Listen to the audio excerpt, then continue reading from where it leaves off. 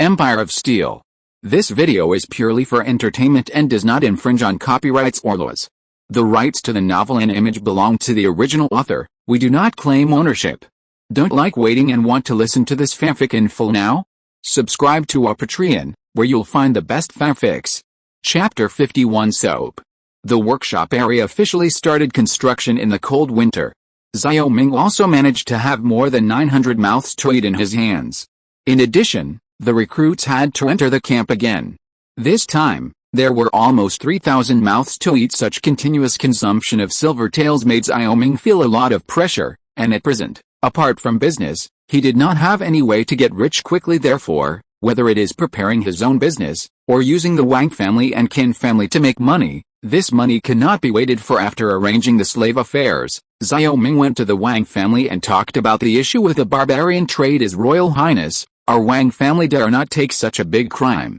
Before Xiao Ming could finish speaking, Wang Chengqiao knelt down with the kodong, and Wang Shiji was also sweating on his forehead, as if he was swaying. They got news that both the emperor and the queen gave money to King Qi, and the news from Chang'an also proved from the side that the family of the emperor and the prince seemed to rely on King Qi. The meaning of this prince who no one asked about is different from that of a prince who is in charge.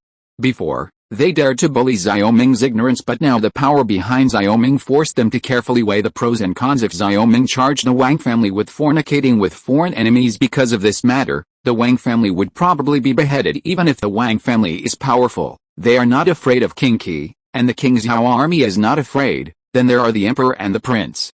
When the army moves, it is only a matter of time before the Wang family is annihilated. Xiao Ming was a little helpless. It was the first time he saw fear in Wang Chengqiao's eyes. It seemed that Xiao Wangxuan and the queen gave the money in a timely manner, which gave him enough power. He said, "Wang Yuanwei, Wang brother, get up, get up. This king is not here to punish the crime. I think the two of you also know that a lot of cattle and sheep in the Huanshuo tribe were frozen to death on the grasslands this year, and now barbarian scouts are frequently outside Kangzhou city, investigating the situation of the defenders. The two of you probably understand this." Wang Chengqiao wiped the sweat on his forehead and sneered, "His Royal Highness, I have heard of this. The cattle and sheep have indeed frozen to death a lot, and the barbarians on the grasslands usually eat goat milk, beef and sheep meat. The cattle and sheep are frozen to death, and there are no cubs. After the spring, there will be no cattle and sheep to let go, and then the barbarians will starve." Xiao Lu also said the same thing. So there is only one easiest way to solve this problem and avoid a barbarian siege of Kangzhou. Xiao Ming said, "Your Highness, please speak." Wang Chengqiao said Xiao Ming didn't say it directly, because he didn't want to bear such a crime either. He attacked and tried to give Wang Chengqiao pitfall. He said, "The cattle and sheep are dead, so the merchants naturally don't want them, but the meat oil of the cattle and sheep can be used. What would happen to the barbarians who came to make soap if Wang Yuanwei exchanged grain for meat oil at this time? The barbarians only wanted beef and mutton, and meat oil was worthless to them. If these cheap meat oil were shipped back, they could be refined. What will happen to Wang Yuanwei if you make a large batch of soap?" Wang Shiji and Wang Chengqiao looked at each other with strange expressions. "Okay, this is what this king said. I still hope that Kangzhou is safe." After saying this, Xiao Ming left the Wang family compound. Wang Shiji immediately got up and sent Xiao Ming out, turned back in a short time, and said to Wang Chengqiao, "Father, your Highness is right. If you exchange food for meat and oil at this time, it will definitely be a huge profit," and His Highness's words seemed to encourage us to do it. Wang Chengqiao was still kneeling on the ground at this time, then slowly got up and sat down on the chair. This King Qi is really unpredictable. He doesn't want to take the charge of fornicating with foreign enemies, and he wants to resolve the danger of Kangzhou, but our royal family can't take this risk either. Then what should I do? Wang Shiji asked. "Hey, it's not that there is no way. Why should our Wang family take action on this matter? You just need to let the businessmen in Kangzhou get wind of this matter, saying that our Wang family buys meat oil, and then spreads the method of exchanging food from Huanshuo for meat oil. Are you afraid that no one will go? At that time, we just spent more money, and it was better than taking on this crime. I don't want to have a handle in the hands of King Qi like the Qin family," Wang Chengqiao said while twisting his beard. Wang Shiji gave a thumbs up. "Dad, you are still brilliant." 7 days later, the Wang family shipped the first batch of meat oil to Kangzhou, and the final ingredients for soap production were also ready. Although various sources of information proved that the Wang family did not have a suit, Xiao Ming was excited about the large amount of meat oil this time. For this reason, he specially asked the equipment department to build 5 huge iron pans, and also chose the place where the soap was made, the workshop area. This is where soap will be produced in the future, His Royal Highness. This oily smell, how do you use this soap? Luluo followed Xiao Ming this time and wanted to see the production process of soap. Since the concept of soap was proposed, news of this soap has slowly spread in the palace in Qingzhou City. For this kind of toiletries, of course, women are the most concerned. There were 5 large stoves in front of Xiao Ming. Coal was burning on the stoves, and above them was a large 2-meter wide iron pot, and the meat oil inside was steaming hot. Because it is winter, these meat oils have not rotted and deteriorated. The first step is to boil the fat and oil out of the oil. After all, the barbarians will not directly extract the oil for him. After the fat and oil in the fat come out, the meat residue, skin and other things will be fished out. Now this step has been reached. Hey, the essence I asked you to prepare is not for nothing. Xiao Ming said. At this time Luluo was stunned for a moment before she understood, and said shyly, I thought His Highness was using it to make perfume. This time Xiao Ming did not shy away from Wang Shiji, but asked him to come over in person. At this time, when he saw Xiao Ming flirting with Luluo, he couldn't help but envy. Your Highness, good luck. Luluo blushed. Xiao Ming glared at Wang Shiji. The boy kept to his line for 3 words. He said, this time I asked you to come to supervise the use of meat oil. This king has always been fair and just in his business. Take advantage of your royal family. This time, the meat oil was provided by the Wang family, and it was inappropriate not to let the Wang family come. However, Xiao Ming was not afraid that the technique of soap would be learned, because the alkali was the key to soap making. And this time Xiao Ming came directly with caustic soda, and Wang Shiji didn't know what it was used for. The uncooled meat oil was orange yellow and transparent, the same color as modern soybean oil.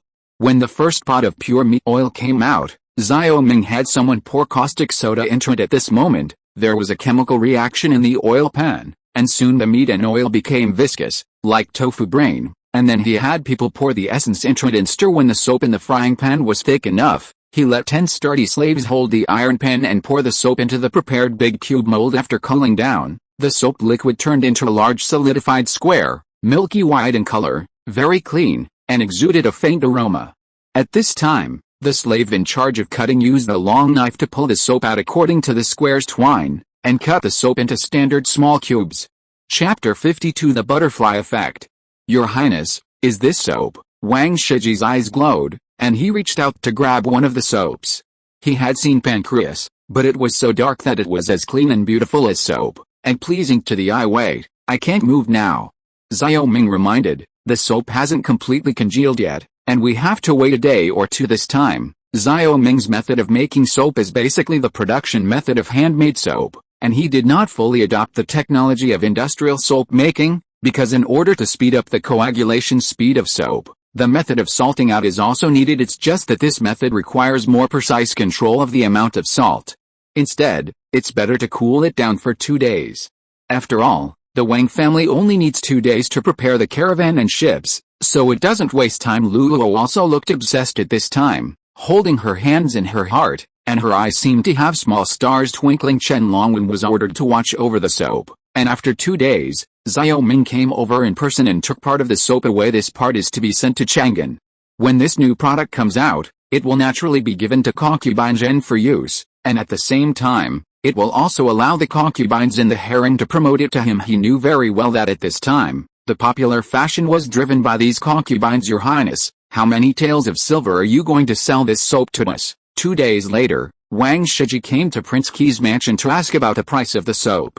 The soap was produced, and the issue of pricing also came out. This pancreas itself can only be used by the rich and powerful, and the target of this soap sale is naturally them. Brother Wang thinks?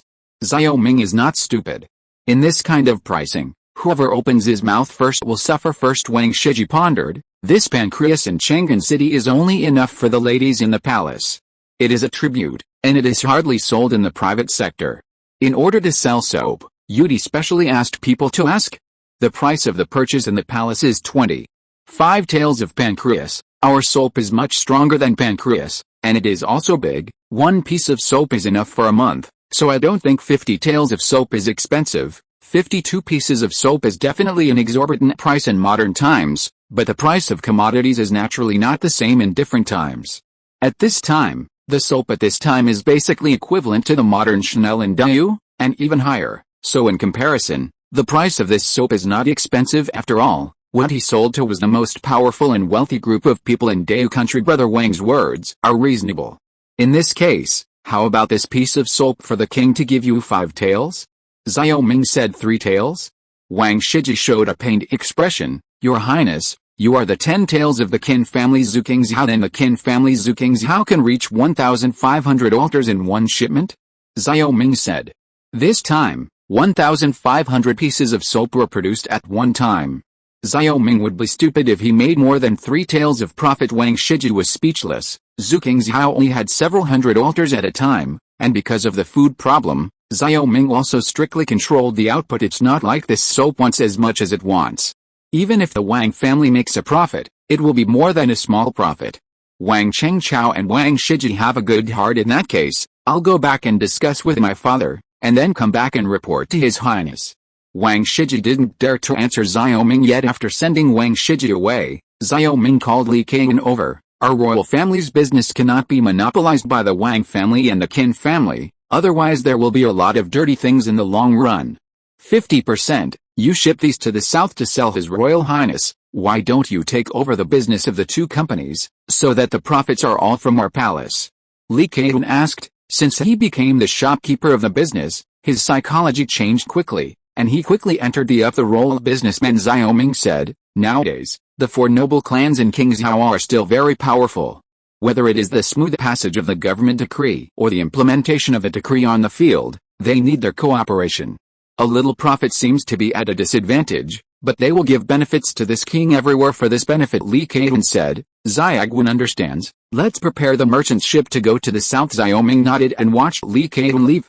The purpose of his establishment of the business was to further recover the business rights, and also to prevent the Wang family and Qin family from setting prices privately. The pricing power of Zhu Qingxiao and soap is in his hands, but no one can guarantee that the Wang family and the Qin family will not pursue the highest profit and raise the price privately. Now let his firm get involved, and the two will inevitably converge a little bit. Wang Shiji came back not long after he left. No surprise to him, the Wang family agreed, and the fool could see that he made no less money than Qin Chuanian in this business. Zhu Qingxiao first, then perfume and soap. Now Xiao Ming is going to focus on creating these 3 products, especially soap will continue to expand and maximize profits. So this winter, he plans to devote himself to the workshop area and set up a series of workshops such as special brewing workshop, soap workshop, perfume workshop, steel making workshop, water laving workshop, etc. In the future, this place will become the heart of Qingxiao industry. At the same time, Li Qian's caravan, Wang's caravan, and Qin's caravan went in all directions. They went out with these goods and brought back a huge amount of silver. In the first winter of Xiao Ming's arrival, the wings of a small butterfly flickered from Qingxiao and began to affect the lives of all classes in the entire Great Yu Kingdom. Chang'an City, in the palace. Empress, did you use this soap last night? Oh, you don't know how comfortable it is when you use this soap in the shower last night, as if you washed it in vain in the past. A concubine said, isn't it? After using this, I feel my skin is much smoother and smells good, and the most important thing is that this soap can remove oil when bathing. My skin is the most oily compared to this soap. The pancreas is really shameful. I asked the maid to take it and throw it away, and I will never use it again. Another concubine expressed her opinion. Empress Zhao smiled and watched the concubines discuss the soap. This soap was just sent by King Qi from Qingxiao. With the experience of the last perfume, the concubines quickly snapped up the soap. Get together to talk about this soap at this time, concubine said. But it seems that someone in Chang'an City is selling soap. But how do those people outside the imperial city understand the magic of this soap? Yes. Concubine Zhen also said that the soap in our palace is specially provided by King Qi. The materials used in this soap are all of the best quality, and the outside is not as good as ours. A concubine was triumphant. Concubine Zhen and Queen Zhao looked at each other, and Queen Zhao understood and said, the soap outside is also from King Qi. King Qi is so obedient, we should help King Qi more. One of the concubines said, the Empress is right. I will call my sister into the palace and tell her that all the concubines in the palace are using soap. Concubine Zhen smiled and nodded. This time Xiao Ming had bribed the right person and won the favor of these concubines, so no one had to worry about speaking to him. Chapter 53 Business Models. It has been 7 or 8 days since Wang Shiji went to Chang'an City with soap. It's just that when it first arrived, the novelty of soap did not attract the attention of the ladies. The situation has not changed until today. Long queues formed overnight outside the Wang's store in Chang'an City. The people waiting at the door are the housekeepers and servants of the various prefectures, with only one purpose: to buy soap. At the same time, news spread in Chang'an City that all the concubines in the palace were using soap, which made the ladies who went to Jane out on weekdays unable to calm down immediately. The things that the empress were using was like a spell to drive them out. Buy soap. After the first batch of soap was purchased and used, more people bought soap the next day, and there were also many rich boys. "Oh, isn't this Brother Li? Brother Zhao? Long time no see. Are you here too, Brother Li too? Oh, since we are all like-minded people, there is no need to hide it. My sister bought a soap yesterday and went back to it. After trying it out, she seemed to be stunned. She took the soap and watched it all night. Come over and use it, and immediately become a fetish, and today I am going to buy Miss Liu who will give it to Rouge House. Brother Li actually stole it for use?" Zhao Gongzi said in surprise. "I haven't tried it yet, but it's a pity, hey, how can this scholar use stealing words? Take it, take it." Li Gongzi said dissatisfied. At this moment, the shopkeepers suddenly opened, and young Master Li was quick-witted, pulled young Master Zhao over, and ran in like a fly. Wang Shiji, who was standing at the door, looked dazed. He really didn't expect soap to become so popular, and he didn't expect that one of the main buyers of soap was not only those famous ladies, but also a lot of girls from Qinglao. At the same time, Li Keihun also gained a lot in the south. Although the dignitaries of the Great Yu Kingdom are mostly concentrated in Chang'an City, the wealthy merchants are mostly concentrated in the south, especially in Jinling City. Comparatively speaking, the prosperity of Jinling City is no longer lost to Chang'an because of Drunk King Zhao. Perfume has long spread. These two products are especially popular in Jinling City, and neither the Wang family nor the Qin family have perfumes. Only he is the only one here, and the soap didn't make him wait long. After the news of the concubines using the soap spread here, the soap in stock was sold out in just a few days. Now all over Jinling City are discussing these three magical commodities. Even if he eats in a restaurant, he can't avoid it. As soon as he sat down today, the person at the next table who looks like a son-in-law started to brag about it. One of them stood up with a perfume, showed it aside in a circle in front of everyone, and said, "Do you know what this is?" A group of young masters never came out, not knowing the news in Jinling City, and shook their heads. At the same time, the son-in-law was triumphant. He pulled the cork off and turned around in front of everyone. A kind of son-in-law exclaimed at the same time, "It's really fragrant. Fragrance is right. This is called perfume. Do you know Our Lady Shuang from Wanhulao in Jinling City, the national beauty and heavenly fragrance that my brother said, but the frost girl with body odor? That's right, Miss Shuang is not elected as the Warin of Wanhulao every year because of body odor. But since she used this perfume, the body odor has disappeared. Now many rich young men are rushing to her. This perfume is so amazing, doesn't it cover all the odors? I don't believe it. That is also ask my brother to lend me a look." The young man said. The son who was holding the perfume proudly gave him the perfume, but the man took the perfume and smeared it on his body, saying, "I also have body odor, and it is my duty to test the medicine for my brother, King Cao." Different from the liveliness of Prince Qi's mansion in previous years, this year's mansion of Qi Prince can be described as very lively. In just 2 months, soaps, perfumes, and Drunk King Zhao became famous in both the north and the south, and merchants with a sensitive sense of smell flooded into King Zhao like cats smelling fishy odors. When they got here, they naturally wanted to visit Xiaoming. These days, Zhuang's hands are almost weak when she receives gifts every day. Xiaoming wakes up every day to receive these merchants, but for several days, the enthusiasm of these merchants has not diminished, and there is a great momentum that they will not give up until they achieve their goals. The Wang family and the Qin family were naturally very nervous about this matter. They were naturally unwilling to grab so many meals from them. For this reason, in addition to making money to please Xiaoming, they also took various measures to prevent the influx of businessmen from other places. Methods, sap, threats, intimidation, but little effect. These businessmen still came one after another, and the saying that people die for wealth and birds die for food is vividly displayed in these businessmen. His Royal Highness, there is no room for these gifts in the palace's treasury. These days, the entire palace is in pain and happiness while enjoying the specialties brought by the merchants from all over the Great Yu Kingdom. The servants of the palace were busy welcoming a merchant. Xiaoming said cheerfully, "If it can't fit in, Make the other room first. Lulu's mouth is full of maltose, and now this girl no longer has to worry about not being able to eat maltose. Almost every businessman who comes to visit will bring some pastries, sweets. 9494. Lulu echoed inarticulately. This is the dignified Prince Key's mansion. It's really disrespectful and disrespectful. Pang Yukin shook his head. In order to deal with these merchants, he also called Pang Yukin to deal with him together, only to see that the servants in the palace were in a mess.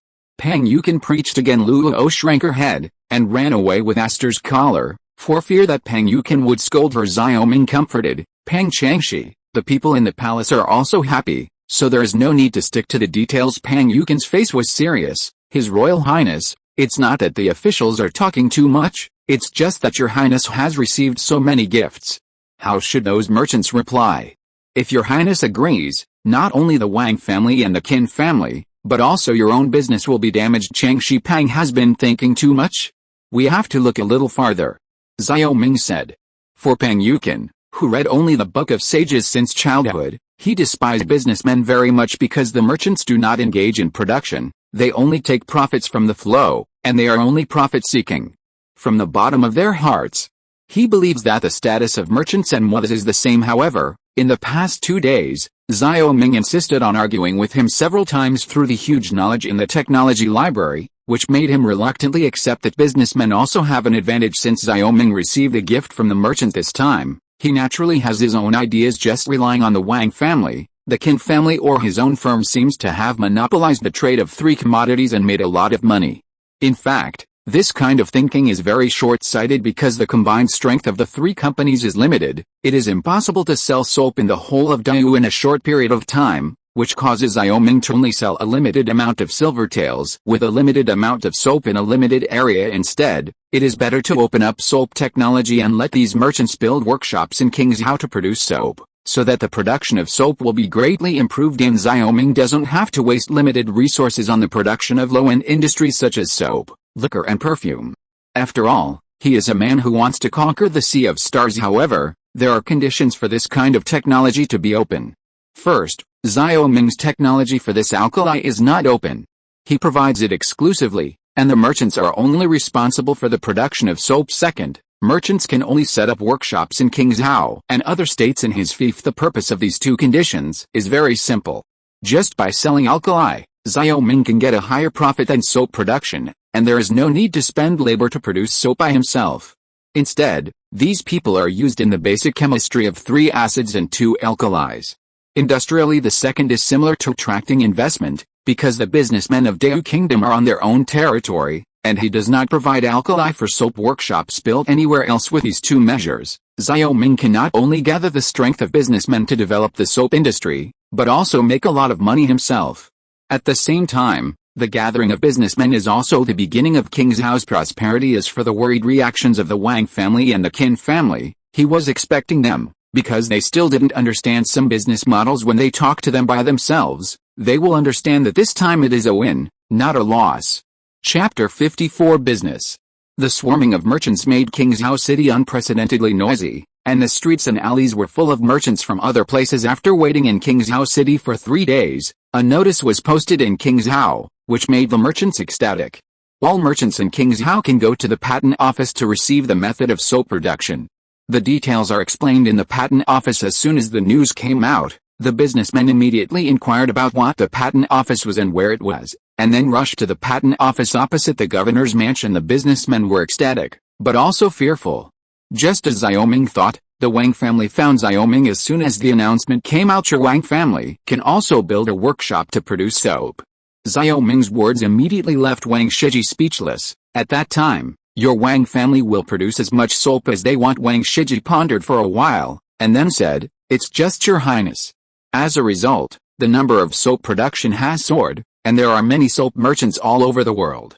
How to control the price of this soap, and how to solve the conflict between merchants from all over the world, this king has already made a fuss. Xiaoming smiled calmly. What Wang Shiji said is a prominent problem in this era, that is, the mutual conflict between merchants. It can be said that many of the merchants who came to Qingzhou this time are big merchants, and their backs are more or less connected with other vassal kings and dignitaries. Now that everyone has soap in their hands, they naturally want to monopolize this business on their own territory, and merchants from other places are not allowed to come in. This phenomenon is not only in this era, but also in modern times. There is a habit of local businessmen to bully foreign businessmen. Please also express your highness. Wang Shiji said people are greedy, especially businessmen. The Wang family knows that opening up soap production is beneficial to the Wang family. They can benefit from soap production, but they are unwilling to give up first-line sales. Xiao Ming said lightly, the Chamber of Commerce. The competition of businessmen will inevitably bring about various problems. The Chamber of Commerce is an unavoidable institution that restricts the behavior of businessmen.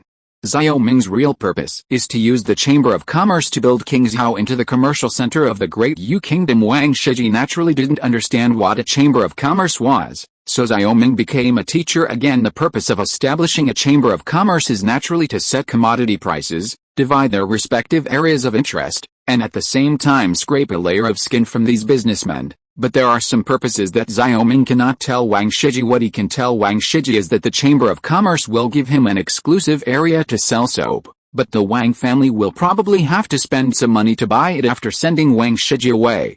Xiao Ming started to prepare for the Chamber of Commerce.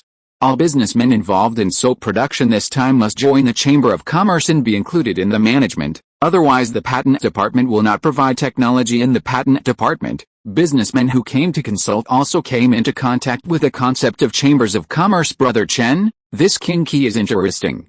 The patent department is already surprising, and now a chamber of commerce is going to be established.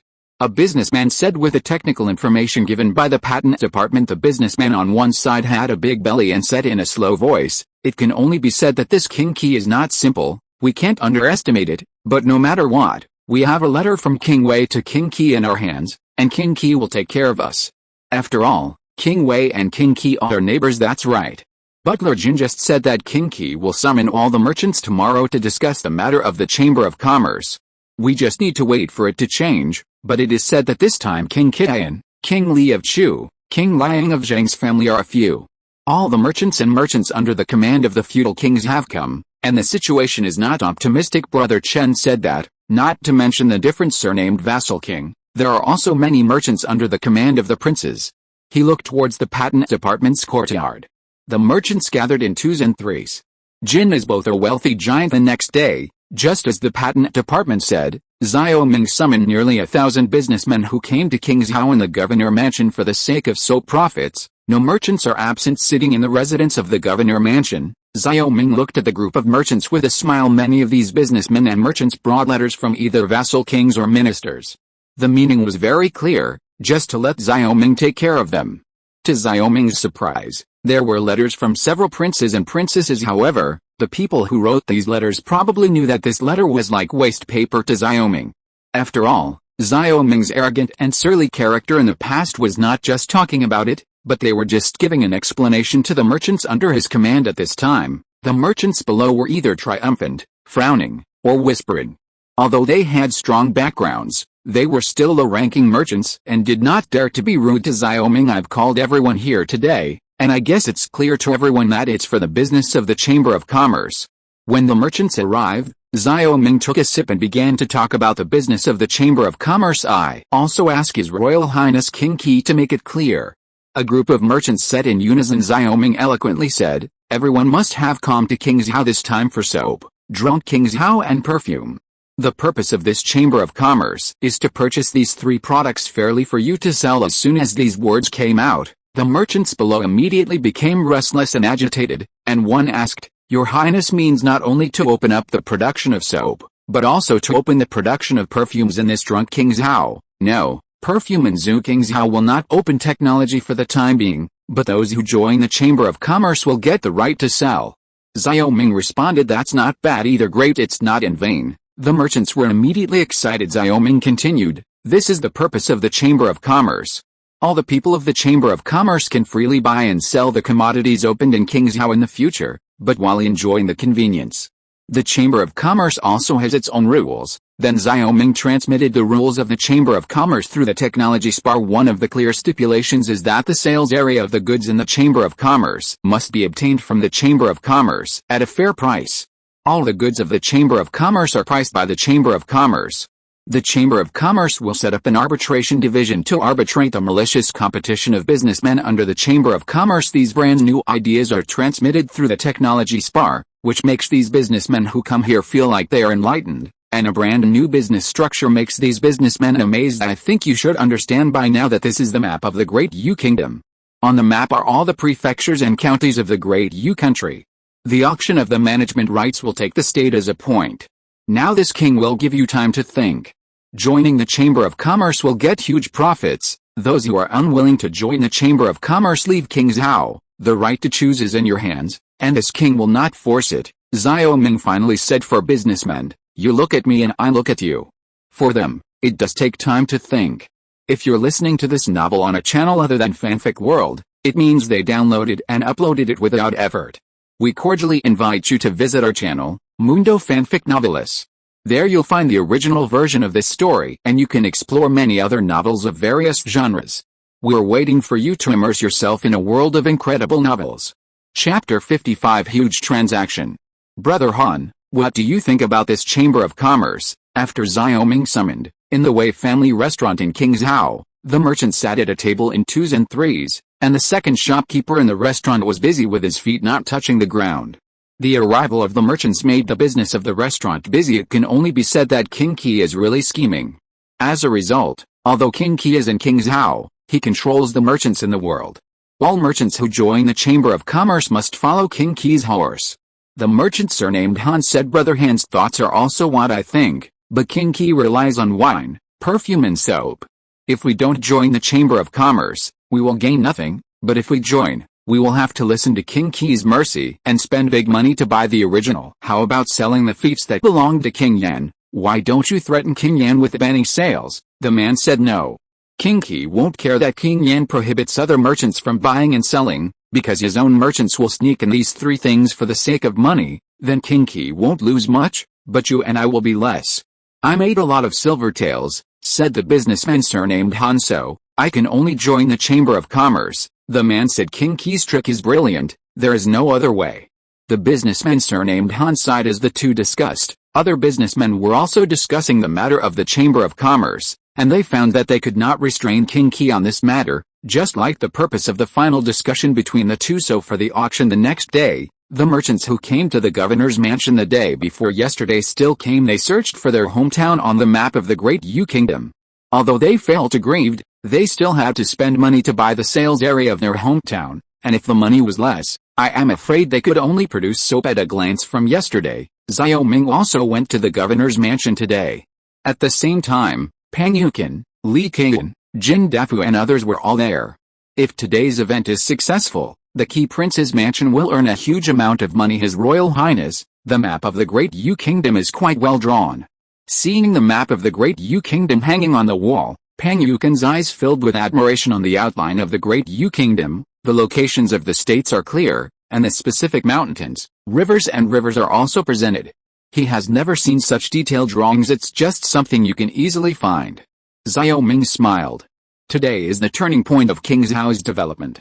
If he earns enough money today, he will be able to use his fists at the beginning of the spring. After all, there are really too many things to do. When the two were talking, a businessman in gorgeous clothes shouted, His Royal Highness, I want all the prefectures and counties within the fiefdom of King Wei. Is 300,000 taels of silver enough? Who in the world doesn't know the wealth of King Wei's fief? Jinling City is also a place where merchants, literati, and singers gather. 16 states, and 300,000 taels of silver? Li Kaiyan said lightly. At this time, a businessman exclaimed, Isn't this Jinling's wealthy Ding Wuquan? That's right, it is indeed him. It is said that the entire family of Ding Wan is worth tens of millions of taels of silver. And every year just for offerings to King Wei, there are millions of taels. Hey, it is said that the bowls used by the Ding family are all gold. The following discussion reached Xiao Ming's ears. Xiao Ming almost vomited blood, and his family assets were worth tens of millions of taels of silver, so he really lost his share, and Xiao Wangxuan's hundreds of thousands of taels of silver made him so happy that he couldn't sleep. Pang Yukin looked at Ding Wuquan coldly, seeing Xiao Ming so shocked, and said, Why is your highness so surprised? Except for this Ding Wuquan, there are several giants in the fiefdom of every vassal king. The richest in the Yu country is the Xiao family in the south of the Yangtze River. Million taels? For the first time, Xiao Ming felt how failed this vassal king was. It was $1 million. This Xiao family was simply Shan Wanson of the Great Yu Kingdom's version. It is said that the property of Shan Wanson, the richest man in the dynasty, was converted into silver worth 2 billion taels of silver. Zhu Yuanzhang built the wall and Shan Wanson contracted it alone. Now, every brick on the city wall of Nanjing is still engraved with the word 10,000. Pang Yukin was even more surprised by Xiao Ming's reaction, and sneered, "It's just fish on the chopping board. If King Wei is hungry, just kill Ding Wanquan." Xiao Ming felt a coldness behind his back. After all, the Great Yu Kingdom is an official position. In Pang Yukin's eyes, these merchants are just pigs raised by the vassal king. For him, the fatter the better. See Pang Chang Shi Gao. Although Xiao Ming wanted to slap Pang Yukin, but now is obviously not the time to quarrel with him, he still wants to watch a play. When did Brother Ding become so stingy? This state and county where the king of Wei fiefs at least 1 million taels.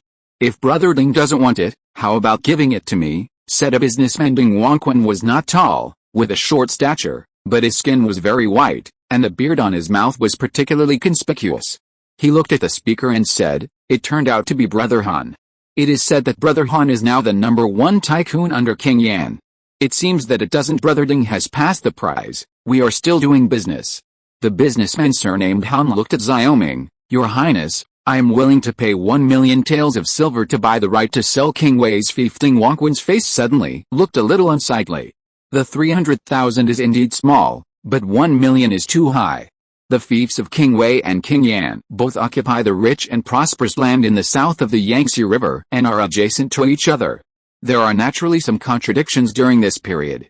This person is called Hong Kang, is also a giant of King Yan's fief, and his family wealth is not inferior to him. Now joining the Chamber of Commerce, one must fulfill the rules of the Chamber of Commerce.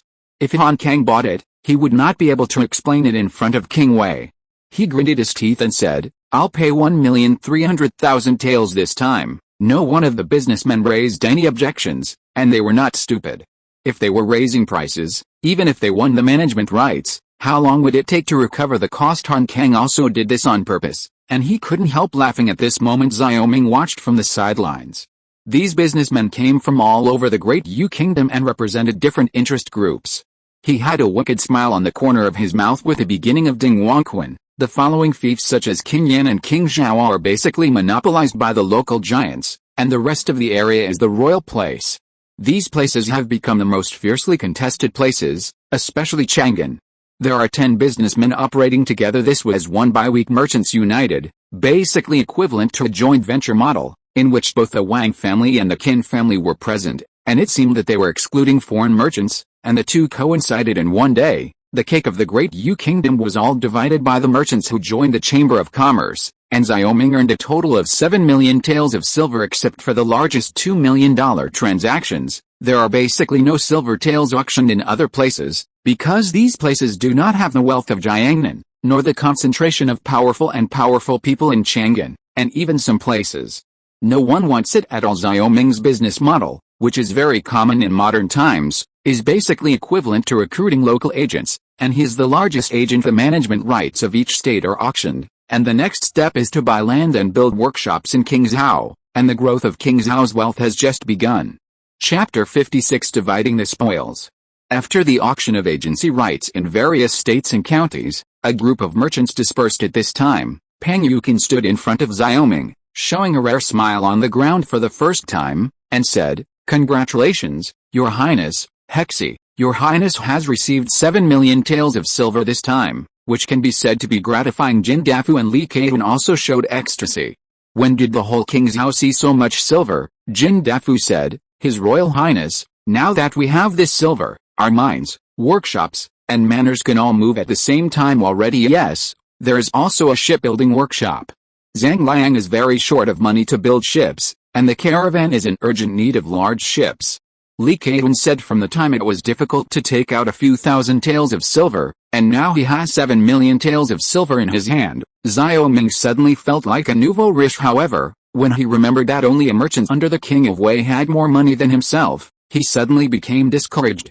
The fact that a merchant was like this showed how wealthy the King of Wei was. He said, "The road is a long way to go.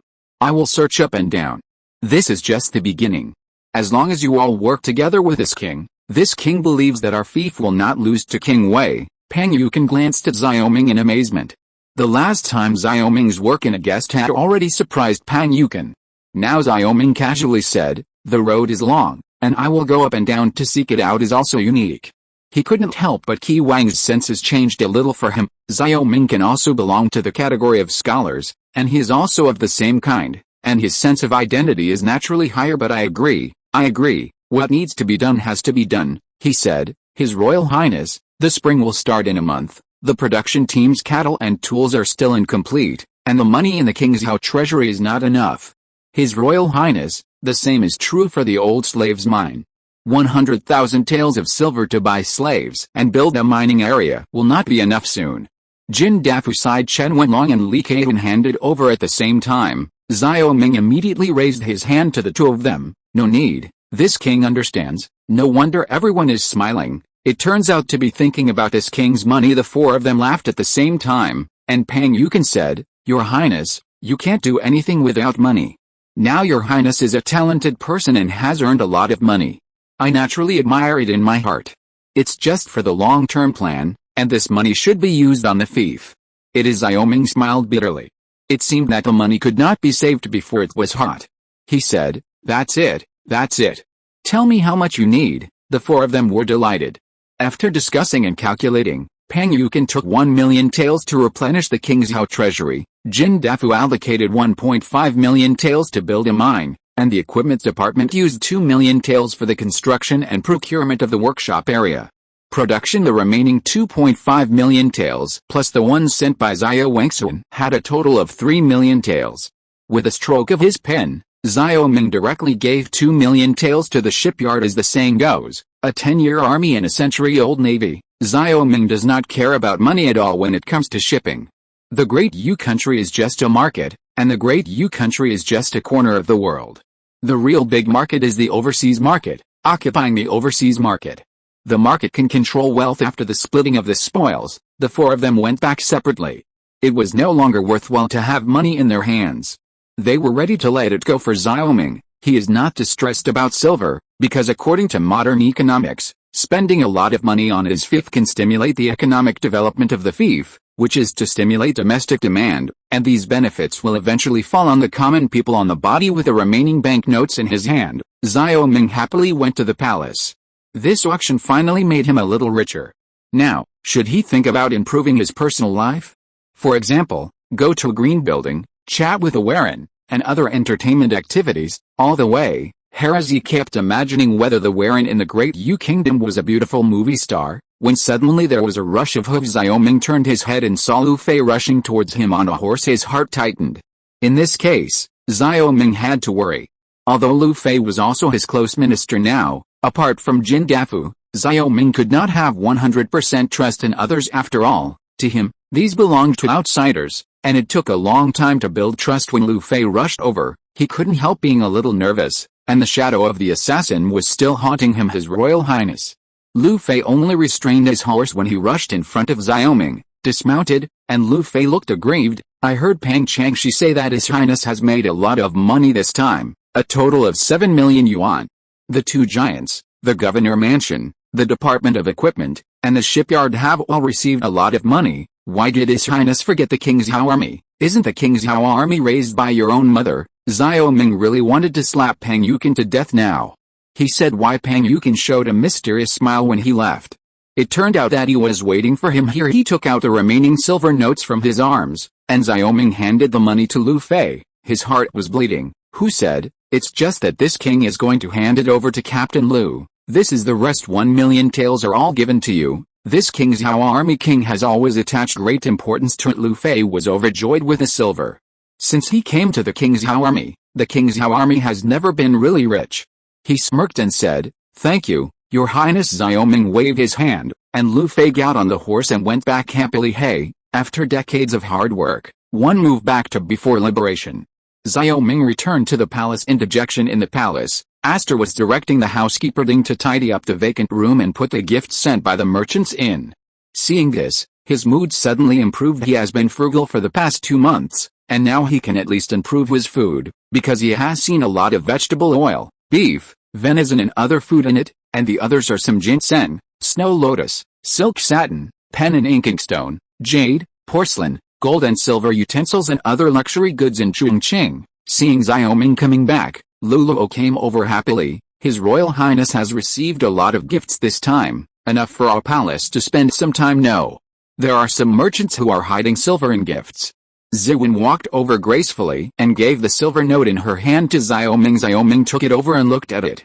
Lin always had a banknote of 200,000 taels, and each piece of silver tael had the word Cao quoted, just like the other banknotes. Hey, Pang Yukin, people are not as good as heaven. Put away the money, but don't let Pang Changshi know.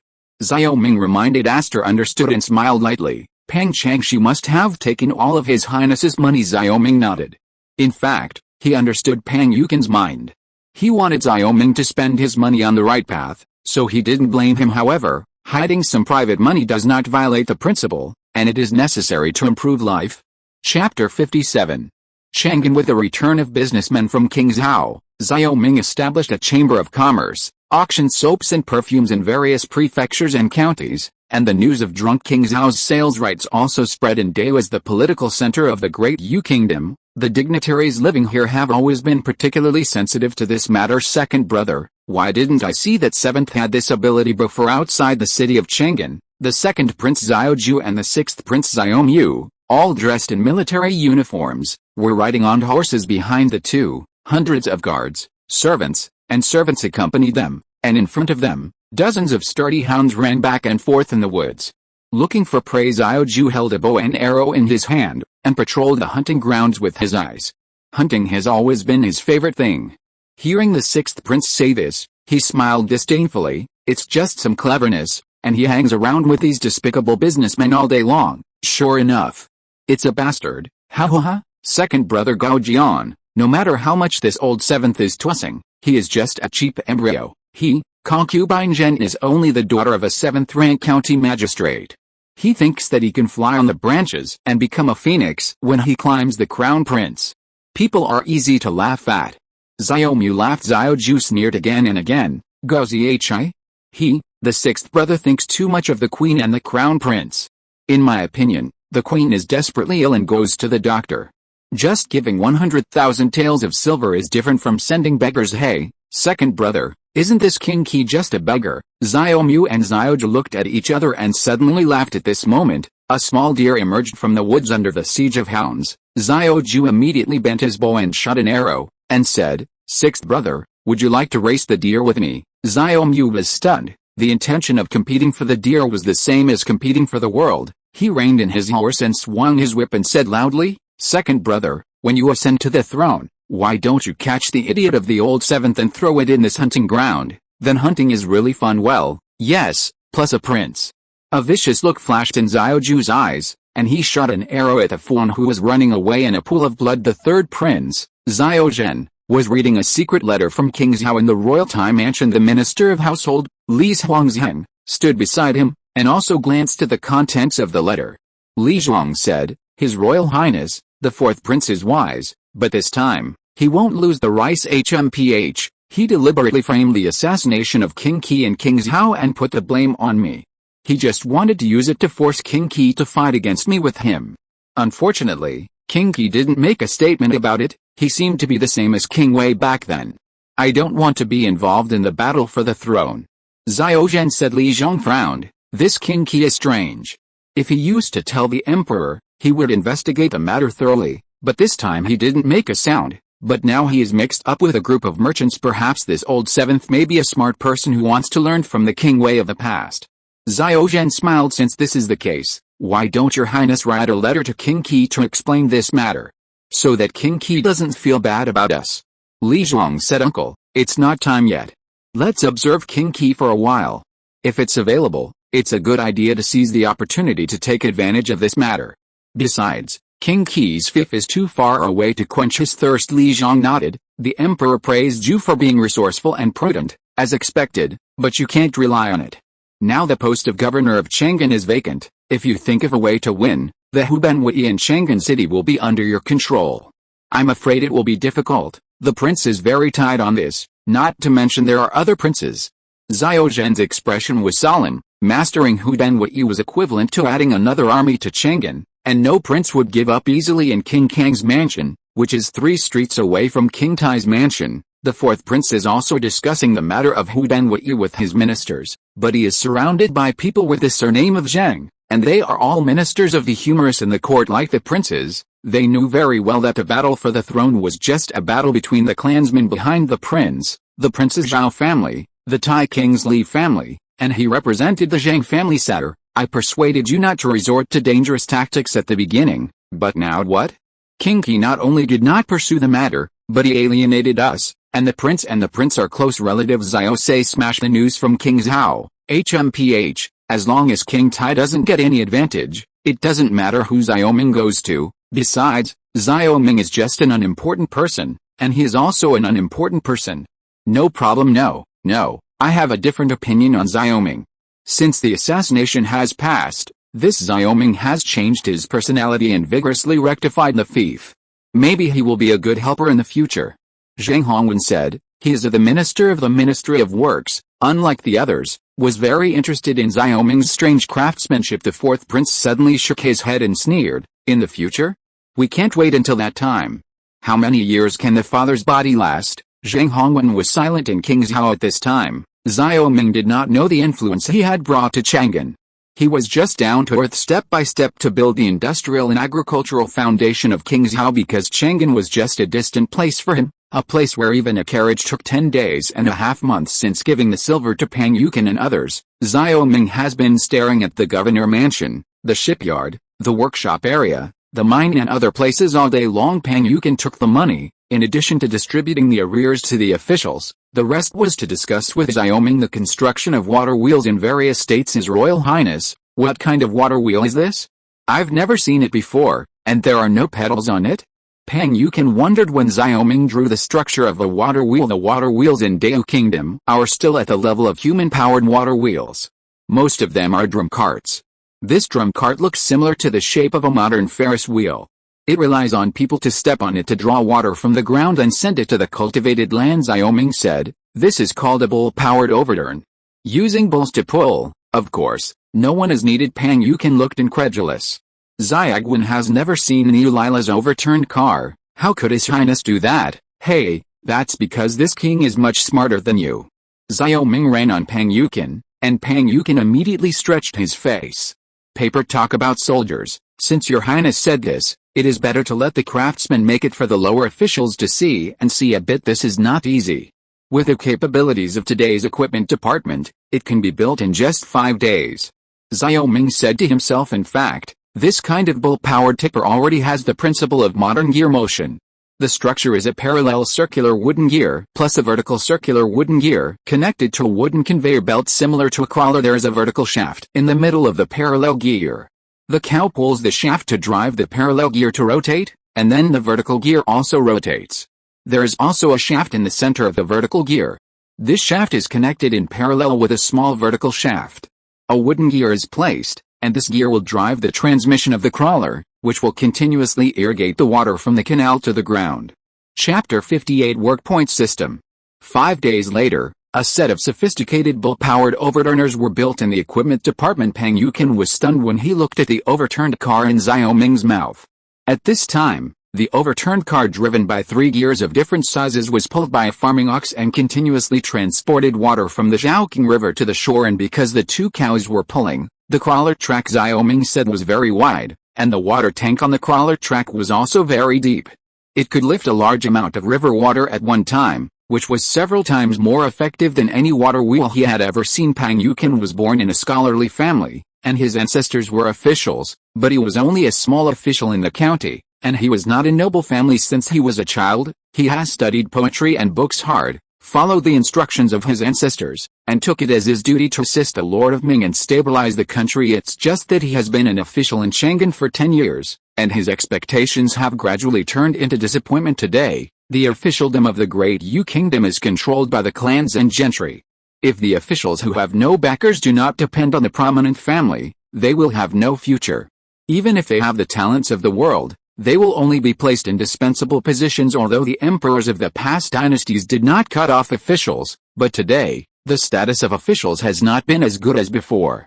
Although he has diligently raised hundreds of ills in the past 10 years, he was either blocked by the courtiers or Xiao Wengxuan simply ignored it. The alliance between courtiers and selfishness, and the weakening of the imperial power of the Great Yu Kingdom, made him gradually realize that the Great Yu Kingdom is rapidly declining under the parasite of the cancer of the clansmen and gentry. In order to enjoy peace, under the increasingly fierce looting of the northern barbarians, there was a sound of paying tribute in the courtroom, and the annual tribute was increased every year in exchange for a temporary peace. But even so, the barbarians, apart from abiding by the agreement, did not aggressively attack the Great Yu Kingdom. But they still looted the border every year. All these, coupled with the increasingly fierce battle between princes now, Pang Yukin seems to see that in the not-too-distant future, the Great Yu Kingdom will be torn apart like the former kingdoms of the past, and the flames will rise everywhere. At that time, the powerful barbarians that had already risen would probably march south to destroy the ancient foundation of the Han people in iron hoofs and fire. For this reason, 5 years ago, he disregarded the danger of his life and shouted at the court, trying to wake up the monarch and court officials who were intoxicated by the prosperity. But what he got was just an order to follow the vassal of the King of Qi. After 5 years in King Zhao, he thought that his heart was dead, and he was guarding a stubborn prince just waiting for Ziguan to return to the field. But now, he suddenly felt that the flame of hope that had been extinguished in his heart seemed to be sparkling. Even if you can't keep Daiyu, maybe you can keep this corner of King Zhao. Pang Yukin stared at Xiaoming. He saw the change of King Qi in the past 2 months. If this King Qi really changed his temperament, he would really be a wise master. Thinking of this, he couldn't help nodding slightly, with the corners of his mouth twitching. A little smile. Pang Changshi, you can be trusted now. Xiaoming turned his head and saw that Pang Yukin was looking at him with a smile. It felt like he was being stared at by an old glass, and he couldn't help feeling cold behind his back. Pang Yukin came back to his senses and said with a smile, Your Highness is a great talent, and the lower officials have lost. If this kind of bull power overturning is promoted in the fiefs, it will be extremely beneficial to the recovery of farming. Aster and Luluo also followed in order to watch the novelty of the bull's power overturning. The two were watching with relish when Luluo whispered to Shiwen, Sister, Pang Changshi seems to be laughing a lot more than before. Aster rolled her eyes and said with a smile, This is a good thing. It's better than a sullen face all day long, can't you see it? Now Pang Changshi seems to be a lot more tolerant towards His Highness, and he is dedicated to assisting His Highness in handling the government affairs of the fief. It seems so. Luluo shook her head. She really didn't understand Pang Yukin's change. However, she was childlike, and she took Aster and looked around, newly overturning the car again. Pang Yukin returned to normal. Xiaoming said, Next, the equipment department will focus on producing this kind of bull-powered rollover, and strive to provide this kind of rollover for every state and county. But the number of craftsmen in the equipment department is limited, which is a drawback. Xiaoming is talking about practical problems. He has a lot of technology in his hands, but there are too many restrictions on starting from scratch. Among them, the number of craftsmen is the most serious problem. If there is no automatic machine, if you want to expand the scale, you can only rely on the number of people to make up, and this is his scarcest resource. His Royal Highness, I have an idea. Now Your Highness relies too much on the craftsmen of his workshop, but His Highness should not forget the people on the land. Why not assign the construction of water wheels to various states, counties, and even production teams, so that it won't take many days? There will be such water wheels everywhere. Pang Yukin said. Xiaoming suddenly recalled that he had made a mistake now, that is, he took everything into account while ignoring the labor force of the common people. He is now the top manager of the fief, and can organize the people to build the fief. Although he has established a production team, he has neglected an east-west work point. However, Xiaoming's work points at this time are different from modern work points. Modern work points are collective work points, and now everyone in the production team has their own farmland, and now it is a cooperative model. He proposed that this work point is the remuneration for the people's extra labor, and this remuneration will be recorded in the production team, and these work points will be exchanged for food, cloth and other things at the end of each year. Thinking of this, he and Pang Yukin talked about it. In order to appease the people, he exempted the people from corvée for 3 years, but except during the busy farming season, the people were all idle. At this time, the work point system was introduced, which was equivalent to providing the people with an opportunity to earn extra money. Participating in additional construction activities can get work points, so that he can make full use of the labor on the fief, And it is still cheap labor. When the new management system of work points was proposed, Pang Yukin nodded frequently. The corvée was too rude, which was not conducive to the unity of the people. Now, the work point system proposed by Xiao Ming would certainly be welcomed by the people. If the work point system is implemented, the people will definitely be grateful to His Highness. Pang Yukin said, I hope so.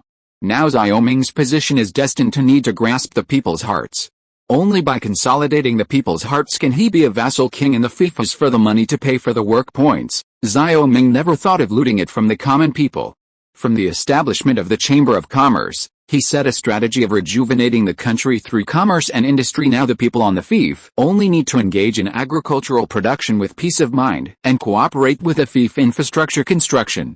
Of course, the most important thing is to support him. The strategy of delegating the newly rollover to the states and counties for construction, and letting the states and counties send people to come to study, was discussed, and the matter of popularizing the newly rollover was finally resolved smoothly. However, Xiao Ming never misses any opportunity to make profits through technological monopoly. He deliberately designed this hydraulic overturn to be a bit more complicated. This makes a critical component, the metal rolling bearing, required on every newly tipper. Chapter 59 Technical Traps. Rolling bearings are generally used for rotating parts, which can greatly reduce the friction of rotation. The use of rolling bearings on the bull-powered rollover naturally saves a lot of effort for the cattle. As a result, the hydraulic rollover that originally required 4 bulls to pull only needs 2 bulls. The invention of the rolling bearing in his era needs to be traced back to the 17th century. The most important part of the rolling bearing is the steel ball, and the outer ring of the bearing is relatively simple, but even so, Xiao Ming can't let the craftsman make high-precision rolling bearings now. His method of making steel balls is only to use the lowest and free fall motion. This method is to let the molten steel fall freely.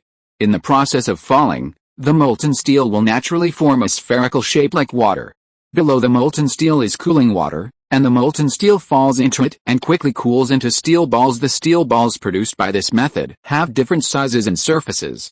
The next step is to grind the steel balls into spheres of the same size. Now Xiao Ming uses this kind of bearing on the newly rollover, in order to make the rollover have an irreplaceable accessory, so that no one can copy it at will, because he is also going to sell it to the merchants who open the mine with the bull power. In this era, the water in the mine is the most troublesome problem for the miners, and the hydraulic rollover can not only irrigate the farmland, but also pump the water from the mine. As Pang Yukin issued a decree to send skilled craftsmen to King's Hao to study, the news of Niuli's overturning gradually spread. Businessmen who have always been shrewd will naturally not ignore this news.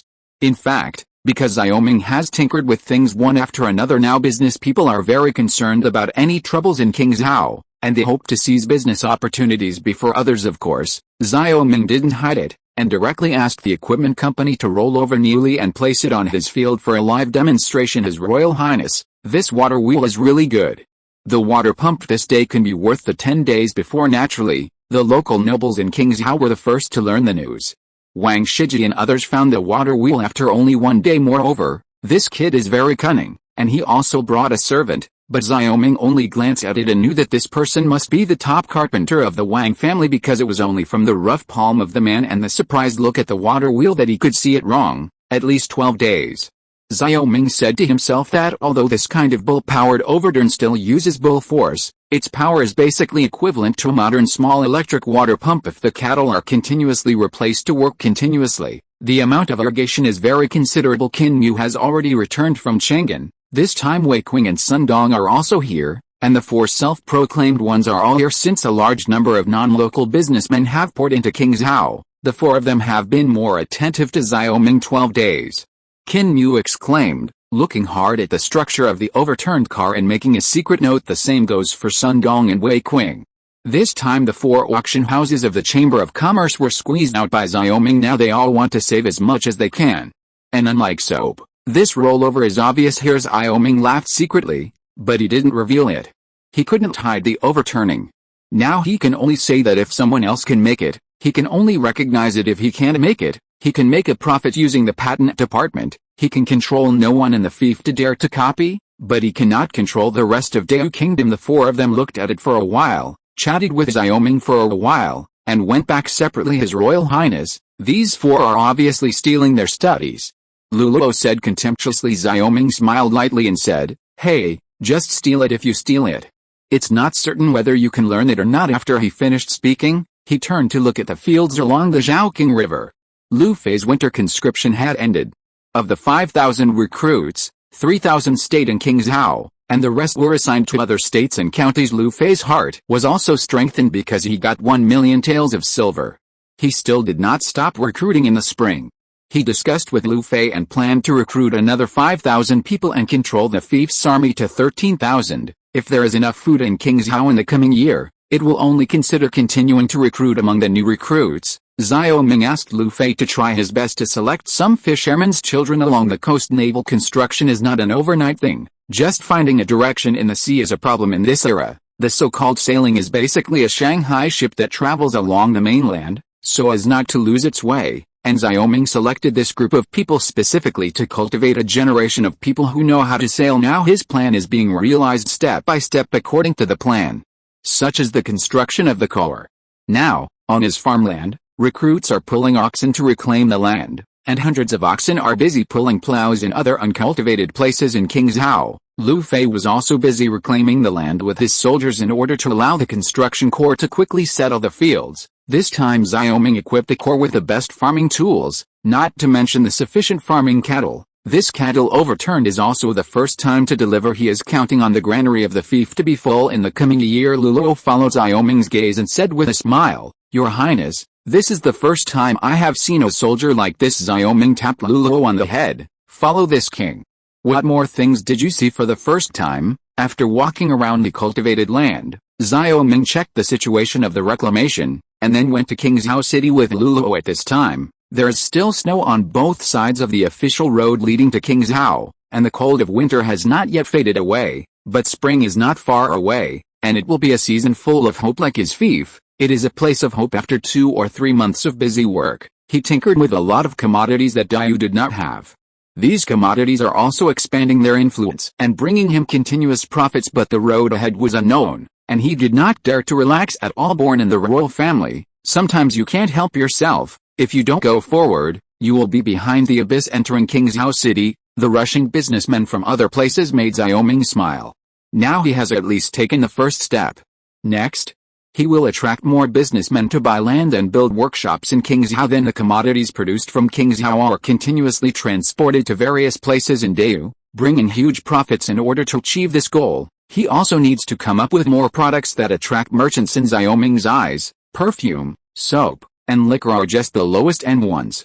Newly rolls over a little bit of technology, and countless technologies in the technology library are still waiting for him to turn into actual products here. But now Xiao Ming has realized a problem, that is, his fief is seriously lacking in technical talents, and Pang Yukan has set a very good precedent by sending craftsmen from various states and counties to study. Now is the time to reserve technical talents to expand the scale of production, and this batch of technical talents will be born from slaves, because this is currently the easiest person to control.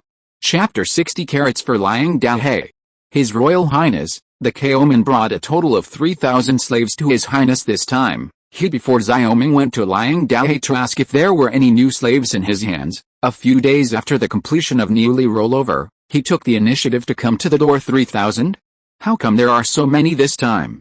Qin Li couldn't believe his ears. His Royal Highness, this is also thanks to the gift of heaven. The heavy snow on the grasslands this time has caused the barbarians to freeze to death a lot of cattle and sheep. Even if they do business with Dayu, the barbarian tribes can't afford to support many slaves. It is better to let these slaves starve to death. Sell me some food. After a pause, Liang Dahe said as if taking credit, I walked a few tribes on the grassland, and I have 3,000 slaves in my hands, but these barbarians are also very cunning, and the prices of the slaves sold to me are very high, but I think His Highness was in desperate need of slaves, so I bought him. Xiao Ming nodded. This time Liang Dahe's affairs were done well. Now Xiao Ming doesn't care whether the barbarians are the feud of the Great Yu Kingdom, and everything is the priority of the development of the fief. In recent years, the barbarians have often plundered the borders. I don't know how many people of the Dayu Kingdom have been captured. Many of the captured people died on the way to the grasslands, and the people who were slaves in the barbarian tribe lived a very miserable life. There were not 1 in 10 people who were often arrested. What's more, Some barbarians would take pleasure in killing the people of the Great Yu Kingdom in his memory. He often heard that the barbarians would deliberately let the people of Dai go away and hunt them down on horseback, but this was just a game when they were bored. You did a good job this time, and it doesn't matter if the price is high. They are all the people of our country, and they were captured by the barbarians. This is a shame for the country. No matter what method is used to get them back, it is a matter of course. Good thing, let's talk. I'll take all the money this time, Xiao Ming said as soon as Liang Daohe came back from the barbarian grasslands. He had already heard that Xiao Ming was planning to set up a chamber of commerce and made a lot of money, and a large number of foreign merchants in King Zhao also confirmed this. However, after learning about the chamber of commerce, Liang Daohe also had his own thoughts. He said, "Thanks to His Highness's kindness, it is a great honor for Kaoman to do business with His Highness, but Kaoman still has a ruthless request." "What about Kaoman joining His Highness Chamber of Commerce?" Xiao Ming smiled when he heard the words. Now the King Zhao Chamber of Commerce has become a very magical organization through the mouths of many businessmen. He said, "I didn't have time to tell you about this because you went to the grasslands. Since this king cooperates with you to trade slaves, you are naturally the king's person. It is also natural to join the Chamber of Commerce, but there is another thing you may also know. This king now has his own business. If you want, you can go to Li King, and he will include you in the business. From now on, you will be this king's person. If your credit is sufficient in the future, this king can also give you a half official His Royal Highness." Liang Daohe trembled slightly with excitement. The words "one official and half a job" shocked him like Xiao Ming smiled and said, "You heard right, in this king's fief, this king only recognizes merit, not any wealthy family like any dynasties in ancient times. The Great Yu Kingdom was also a dynasty with a solidified class, or because of the existence of aristocratic families, the solidification was even more extreme. It is almost impossible for ordinary people to enter the aristocratic circle through their own efforts. Although Dai also has an imperial examination system, having a reputation does not mean that you can become an official after the written test. There is a tragic interview session. This session is called Kan in the Great Yu Kingdom. The so-called Kan means that after you get the title, you need to be personally reviewed by officials appointed by the imperial court. The content of the censorship is more appearance, family background, filial piety, etc., and these content become the excuse for the censorship to be eliminated. At this time of every year, the censorship officials will become the core issue of the ministers in the DPRK in China, because who gets this? If you do an errand, you can justifiably collect money from the famous scholars, attack the children of the opponent's family, and take the opportunity to increase the number of officials. Of course, not all scholars have to pass this level, then you must be in the top 3, then you will be eligible for the palace exam. So now Liang Daohe is promised to give him a half-official position in the future, and this Liang Daohe will be so excited, because this is a real grass chicken becoming a phoenix. And it is rare in history to be promoted to an official as a humble businessman. His Royal Highness is so kind and great, Liang Daohe will never forget it. After being excited, Liang Daohe knelt down with a dong. Xiao Ming was a little helpless, because in his thinking, he couldn't see the matter of being an official as something more important than his life, but he could in the Great Yu Kingdom. He said, "Don't be too happy. What this king can give you, this king can still take back. Everything depends on you." Liang Daohe clasped his fists and said, "Kaoman understands that if His Highness sends you in the future, Liang Daohe will go through fire and water, and he will be there. Well, this king is keeping your words and waiting for you to prove it to this king.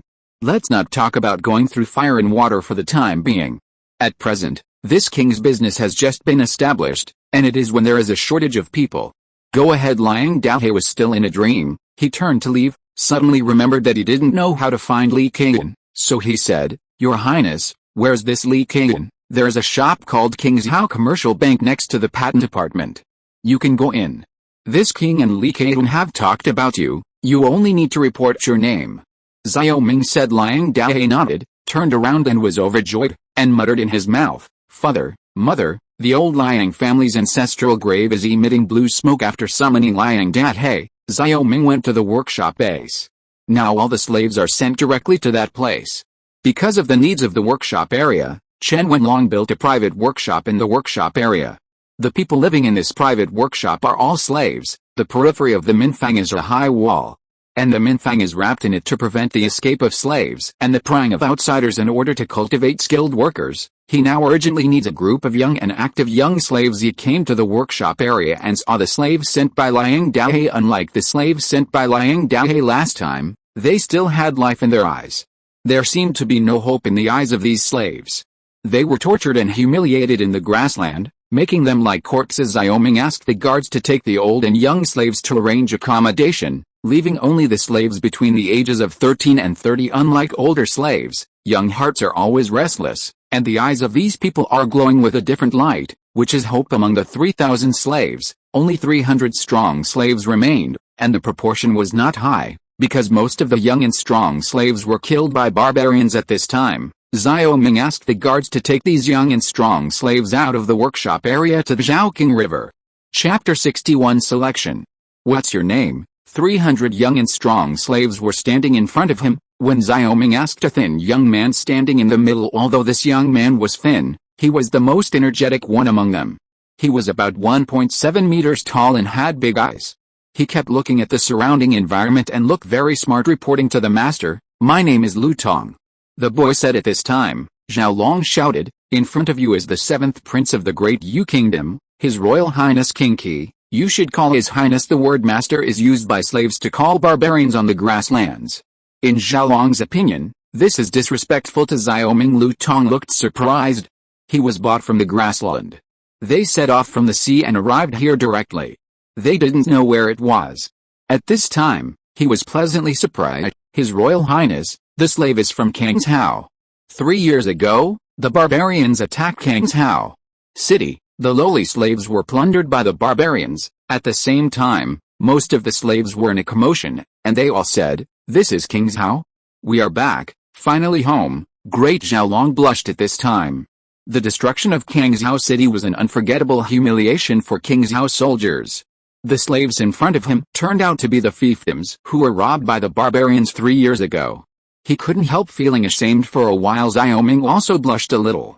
Although this was the fault of his predecessor, he had to carry it himself. At this time he had an idea and said, "After all the hardships, this king finally got his people back. Zhao Long, Zhao Hu, still haven't untied all their hand shackles and foot shackles." Lu Tong's eyes blushed, tears poured down like rain. He knelt down suddenly and touched the ground with his face, holding up the lotus under his feet and crying loudly, "Father, Mother, I'm back, I'm finally back, you." The other slaves also cried bitterly at this time, and the wandering children returned home was a shock, not to mention that they had been enslaved for 3 years and had been tortured. Chen Wenlong also looked ashamed. He was always taciturn and never disobeyed Xiao Ming's orders. He said, "Your Highness, they are all the people of my Kangshao." The lower official asks His Highness to rebuild their household registration and exempt them from their slave status. It's natural. Xiao Ming said to Lu Tong, "Get up, since you are the people of my Kangshao, and you used to be free, from today onwards, you will be free, and this king will give you silver tails and household registration. Go home." When his voice fell, none of these slaves meant to leave, but you looked at me, and I looked at you. With a blank look, Lu Tong stood up at this time and said, "Your Highness, my parents were killed by barbarians in order to help me escape from the grasslands. Now the lowly slaves are homeless, and most of them are like me. At that time, the barbarians were rampant in Kangshao, looting and killing countless people. Few people can get back their entire family." Xiao Ming was silent for a while. A poor and weak country will only make people suffer. Countless history has proved this. Thinking of this, he bowed and said, 3 years ago when Kangshao fell, the defending generals abandoned the city and fled, but this king also has an inescapable responsibility. Here, I apologize to all of you as Royal Highness, this." Lu Tong and the others were stunned and knelt down quickly. Seeing Xiao Ming like this, Zhao Long and Zhao Hu looked at each other, and a strange color flashed in his eyes. Xiao Ming raised his hand to help Lu Tong up and said, "The barbarian soldiers are strong, but my Kangshao is poor and weak, and I have the responsibility of guarding Kangshao, but it is still my Kangshao soldiers are not strong enough, horses are not strong enough. The shame of 3 years ago this king has never forgotten, and now he is exhausted, only trying to revitalize the fiefs and keep the people safe in the future. Now that this king is employing people, since you have nowhere to go, you are willing to follow the great cause of this king Zutu." Lu Tong and others are now having nowhere to go. The young man's heart is warm, and Xiaoming's strong words suddenly made him emotional. He said, "If your highness does not give up, I would like to ride the horses." Xiaoming looked at the others. Some were as bright as Lu Tong, while others seemed to have ulterior motives and were a little worried. He thought that it was impossible for everyone to have lost their parents like Lu Tong and had no one to rely on. He said, "I would like to welcome the king who is willing to stay with Lu Tong. If there is a king who wants to go home, I will not be reluctant. Money for the journey, thank you, your highness." Several voices sounded. Xiaoming said to Chen Wenlong at this time, "You go and ask other slaves. If they belong to the people of King Zhao, they will return their free bodies. If they need to be entangled, they will be entangled. If they want to stay in the workshop, they will be paid monthly by the craftsman wages." Yes. Chen Wenlong nodded and walked into the workshop. At the same time, Xiaoming asked the young people who wanted to go back to follow Chen Wenlong. 300 or so people left 1/3 in an instant, and 200 people stayed behind. At this time, they all looked at Xiaoming and waited for the order. Now they are homeless, but Xiaoming is willing to take them in with the respect of the prince. This is undoubtedly a good thing in the world. It is 100 times better than suffering on the grassland and being killed at any time. Looking at the remaining 200 or so people, Xiaoming said, "Since you choose to stay, you will be the king's people from now on. This time you are selected to teach you some special skills. Follow me back to King Zhao and live in the yard next to the Prince Qi's mansion, and I will teach you some skills from tomorrow." "Yes, your highness." Lu Tong and others bowed and said. Xiaoming nodded and asked Zhao Long and Zhao Hu to take them back. He was not worried about whether these people would be happy to become craftsmen compared with the status of slaves. This has been improved too much, and with the improvement of the status of craftsmen in King Zhao in the future, he believes that these teenagers will be more happy with their status this time. In order to cultivate a group of technical talents, Xiaoming also made a lot of money and deliberately bought a yard next door. This is for confidentiality and safety because after getting through, the courtyard and the alley built in the palace were figured out, and there was only a door in the middle. After Zhao Long and Zhao Hu sent Lu Tong and the others over, he immediately went to the governor mansion. And then there were 20 more fully armed elite guards in the palace. Although these 200 people were arranged by Xiaoming, Zhao Long and Zhao Hu still raised their guard for Xiaoming's safety. If these 200 people mutinied, they would be a big threat to the palace, and this was just in case. Xiaoming didn't object to this either. He didn't think he could tame these teenagers with just a few words. The specific qualities of these people will need to be observed slowly in the future. After all, sometimes when they are in his position, they can't have a few more hearts. If these people can do their duty in the future, it will naturally be the best. If he eats inside and out and damages the interests of King Zhao, he will never be soft-hearted at that time. Since he is in the emperor's family, he always remembers that he must not be a virgin because this will not only kill himself, but also kill millions of people in the fief. If you're listening to this novel on a channel other than Fanfic World, it means they downloaded and uploaded it without effort. We cordially invite you to visit our channel, Mundo Fanfic Novelis. There you'll find the original version of this story and you can explore many other novels of various genres. We're waiting for you to immerse yourself in a world of incredible novels.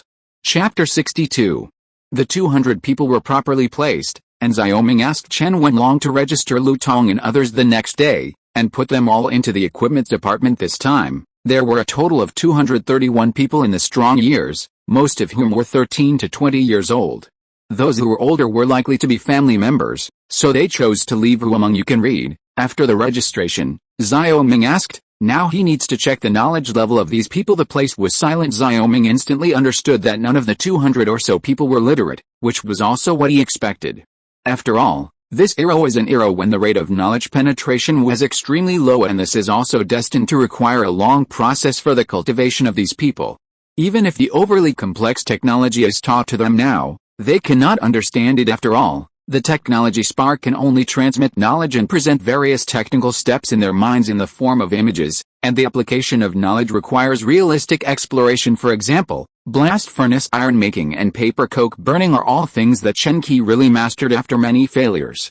What he taught Chen Qi was only technical knowledge, and Chen Qi understood and mastered this technology in practice. But at least one thing about the technology spar is gratifying, that is, when Xiaoming imparts knowledge to them, the other party can easily remember the knowledge he imparted. Although it is impossible to remember it, it is still possible to retain 80% of the memory at one time. In this way, the efficiency of teaching will be greatly enhanced. In this case, The first thing this king does is to teach you to read. Xiao Ming said this group of people will be the core technical backbone of King Zhao in the future.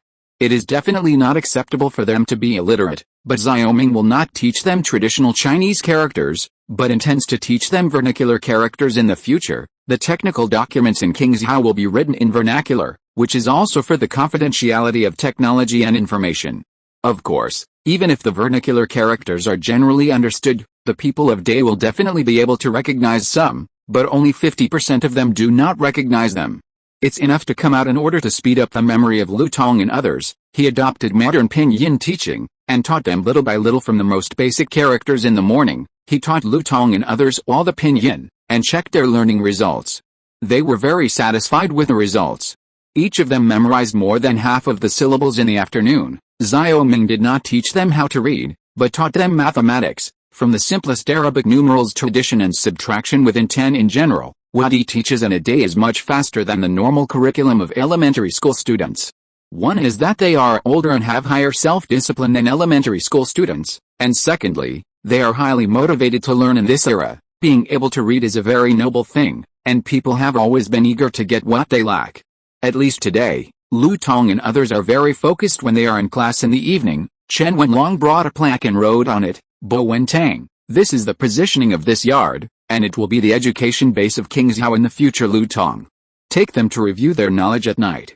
Now you don't need to undertake other work, and there are servants to take care of them. Lu Tong is the most active among these teenagers.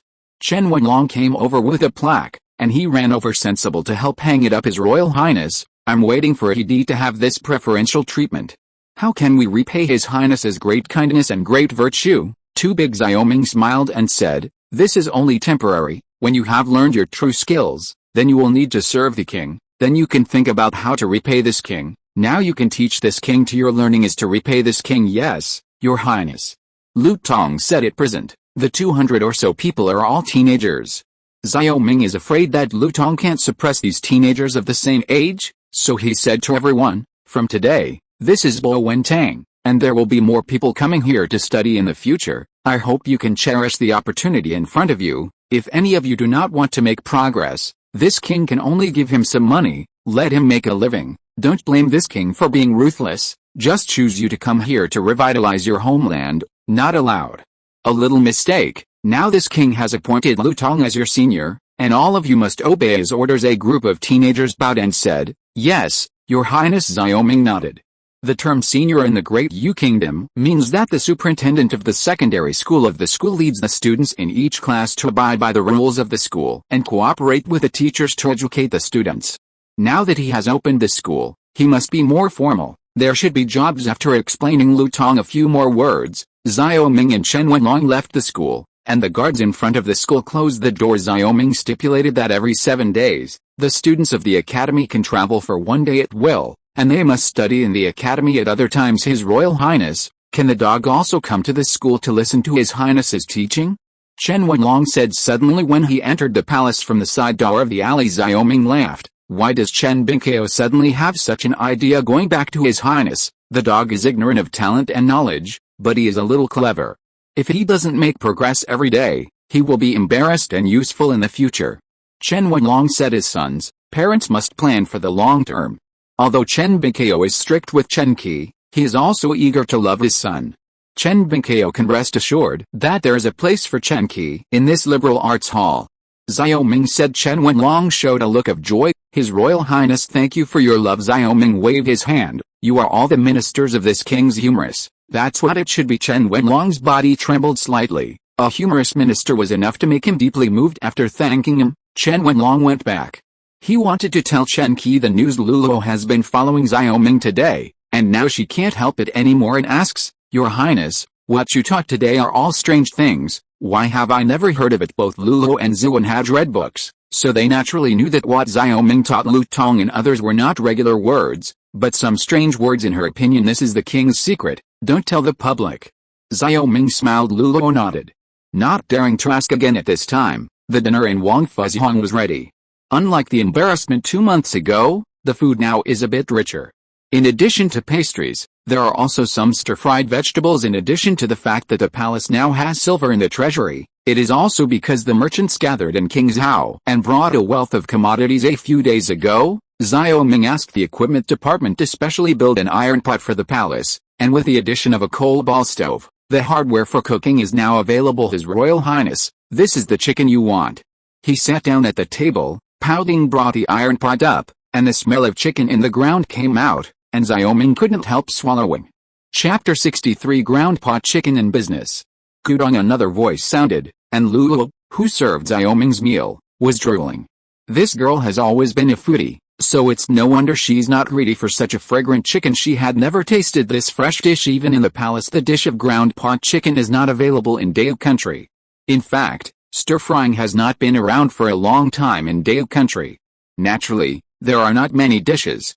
At least his cooks will not know this dish. It was he who personally gave instructions and taught it once, and Pao Ding barely learned it. And the most important thing is that the ingredients used in the ground pot chicken can basically be bought here. There are green onions, ginger and garlic in Dao, and there is no shortage of soy sauce and vinegar. The only regret is that there is no pepper, but there is a spicy taste like dogwood. Substitutes are basically 7 or 8. It is undoubtedly a rare enjoyment to eat chicken in a warm iron pot in the cold winter.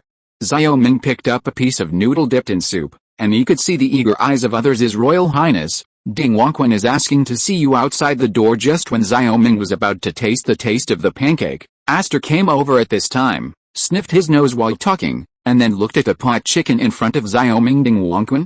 Xiao Ming still had a fresh memory of this person. The first batch of transactions in the Chamber of Commerce came from him. Moreover, he is the richest man in Jinling City. Xiao Ming is not interested in him, but he has always been very interested in the richest man. Seeing Xiao Ming eating, Zuan said, Your Highness, do you want to send him away? After all, Your Highness, let him come in, and prepare another set of tableware. Xiao Ming said. Aster replied yes, and asked the servant to prepare the tableware, and brought Ding Wanquan in by herself. Xiao Ming's place to eat was in the room on the outside of his bedroom, and after a while, he saw Aster leading Ding Wanquan to pass the stone bridge to the front. Ding Wanquan, I have seen Your Highness. Ding Wanquan bowed and said, No gift. Ding Yuanwei came here now, but have you eaten? Xiao Ming fiddled with the chicken, picked up a piece of meat and took a bite. The taste was fresh. The natural grass chicken that only eats bugs is very delicious, which is far from the taste of modern chickens that grow up on feed. Ding Wanquan looked at the iron pot in front of Xiao Ming strangely, and thought that this King Qi was interesting. He actually ate with the iron pot. However, he did not change his face, and still said respectfully, Returning to Your Highness, Kaoman has not eaten yet, just because Kaoman is going to return to Jinling City today. But seeing His Highness is newly overturning the car for a while is only the work of heaven and man, so I will return to Jinling again. I came here specially to visit Your Highness. Oh? Since Mr. Ding hasn't eaten yet, how about sitting down and having dinner with this king?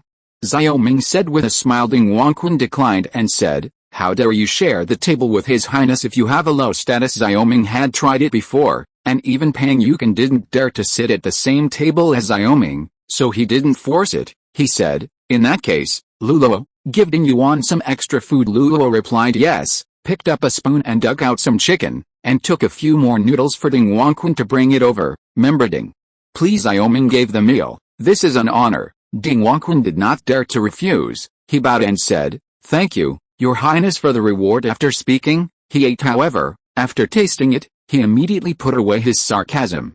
The essence of the chicken in this pot is the dough cake that sticks to the inside of the iron pot. The dough cake soaked in chicken juice is soft and full of flavor. Ocean rare seafood is also amazing. Then he stopped scruples and started eating with a bowl. Well, this king's pot chicken tastes pretty good, right?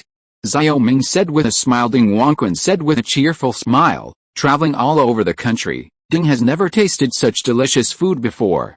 This time I really learned it. Xiao Ming nodded with satisfaction, which shows that the food is still the same in ancient and modern times. He said, If Ding Yuanwei likes it, he can come to Qingzhou often, and I can ask Pao Ding to make one for you. Ding Wanquan was stunned for a moment. He could earn thousands of dollars. Naturally, he was not a stupid person. Xiao Ming was trying to win people's hearts. He said, Thanks to His Highness's kindness, but this trip to Qingzhou requires Ding to go back and report to King Wei. Xiao Ming said, Oh, this. Ding Wanquan reminded him that he was from King Wei, and he said, Take me to say hello to Uncle Wei when you go back. Yes, Your Highness. Ding Wanquan replied, and then seemed to hesitate. Xiaoming saw it and said, "If you have something to do outside Ding, just say it." Ding Wanquan said, "This time, Ding wants to ask His Royal Highness if he sells the iron ring on the Niuli Tipper. You don't need it elsewhere? Have you learned it all?" "Yes, no, not." Ding Wanquan replied smoothly, but he immediately realized that he was caught in Xiaoming's trap, and hurriedly denied it, and cold sweat broke out on his forehead. For a while after joining the Chamber of Commerce, he naturally knows the functions of the Patent Department. One of them is that it is not possible to prevent the Patent Department from registering patents.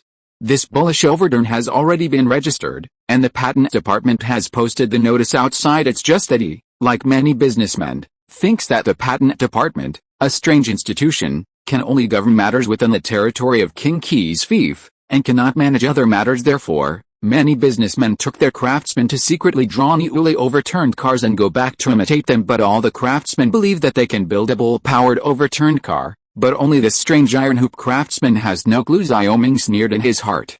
When Ding Wanquan mentioned the car overturn, he understood. He said, "This iron ring is called a rolling bearing. This king can sell it to you, as long as the price is reasonable." Ding Wanquan breathed a sigh of relief. The most important thing for the merchants and nobles in Dai was land. Because there were countless fields under their name, they were naturally very concerned about this kind of irrigation overturning. "I don't know what the price of this rolling bearing is, 300 taels of silver each." Xiaoming Lion said loudly. The cost of a set of water wheels was only 300 taels of silver, and he was directly selling it for the same price as the water wheel. This.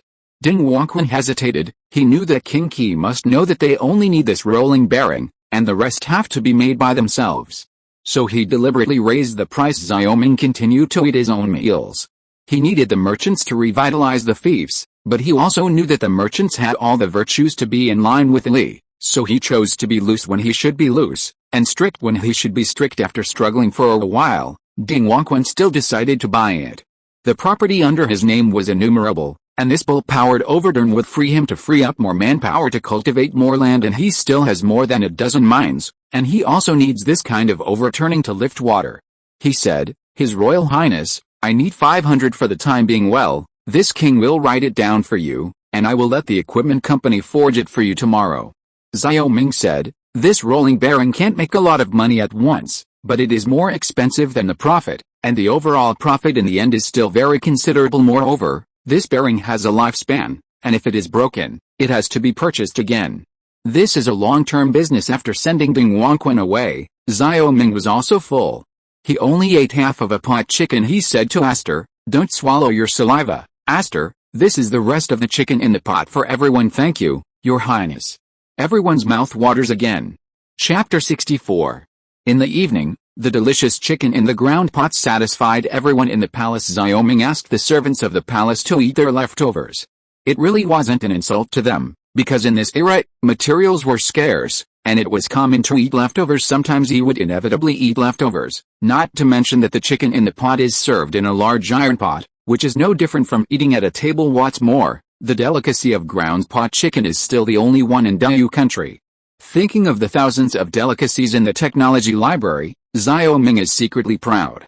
The days after this are still long, and there is time to present the exquisite dishes one by one, but now is not the time to think about luxury living. The most important thing is to make money. After Ding Wanquan, people came to visit him in the palace in the next few days. All the things that he did were a matter of overturning the car, and Xiaoming paid the price of 300 taels of silver. Some merchants are wealthy, but they don't care about the money and buy it painfully. Some merchants are hesitant. Some merchants simply give up and go back to their old water wheels. These days, Wang Shiji and others have been pondering overturning the power of cattle, but in the end they brought the silver and chose to buy it. When things have developed to this level, Xiaoming basically has a solid understanding of the current technology level of Dai Kingdom. It seems that they can't imitate his rolling bearings. His Royal Highness, these rolling bearings have been ordered around 5,000 sets in total. The equipment company is really busy with such a large number. I suggest to build another hydraulic lathe workshop, but if you want to produce another set of lathes, the craftsman will can't get it out. After Chen Wenlong returned, Chen Qi went to the Bowen Hall every 3 to 5 classes on this day. Xiaoming had just finished his class when Chen Qi stepped forward and suggested to Xiaoming. Xiaoming frowned. Now the equipment department has a lot of things to do, not to mention the briquettes, but also to provide Zhang Liang's shipyard with accessories for the Galen ship, and to produce steel, coke, and water wheel parts. The order for multiple bearings naturally made Chen Qi very entangled. Xiaoming is also thinking about this problem in class these days. He feels that low-end technology cannot occupy too much current resources. For example, the production of this coal ball furnace is not very profitable, but it also needs to occupy some craftsmen. Not worth it. It also affects the layout of the industrial base. Now the focus should be on steel production. In modern times, the symbol of a country's strength is often steel production. Now he has to have a choice. So, how many craftsmen are currently in charge of producing coal ball furnaces? Xiaoming asked. Currently, at least 300 briquettes are produced a day, and there are about 50 craftsmen working on it, Chen Qi said. Xiaoming nodded. Now you have transferred all 50 craftsmen to produce grinding machines, boring machines, drilling machines, milling machines, planers and other hydraulic lathes. In addition, the last batch of slaves purchased by the local people in Qingzhou was only 1,000, and the rest half of the 2,000 people were assigned to steel production. Now Xiao Yilu had money in his hand, and he had a lot of money. He shouted that he wanted to use the money to buy armor from this king.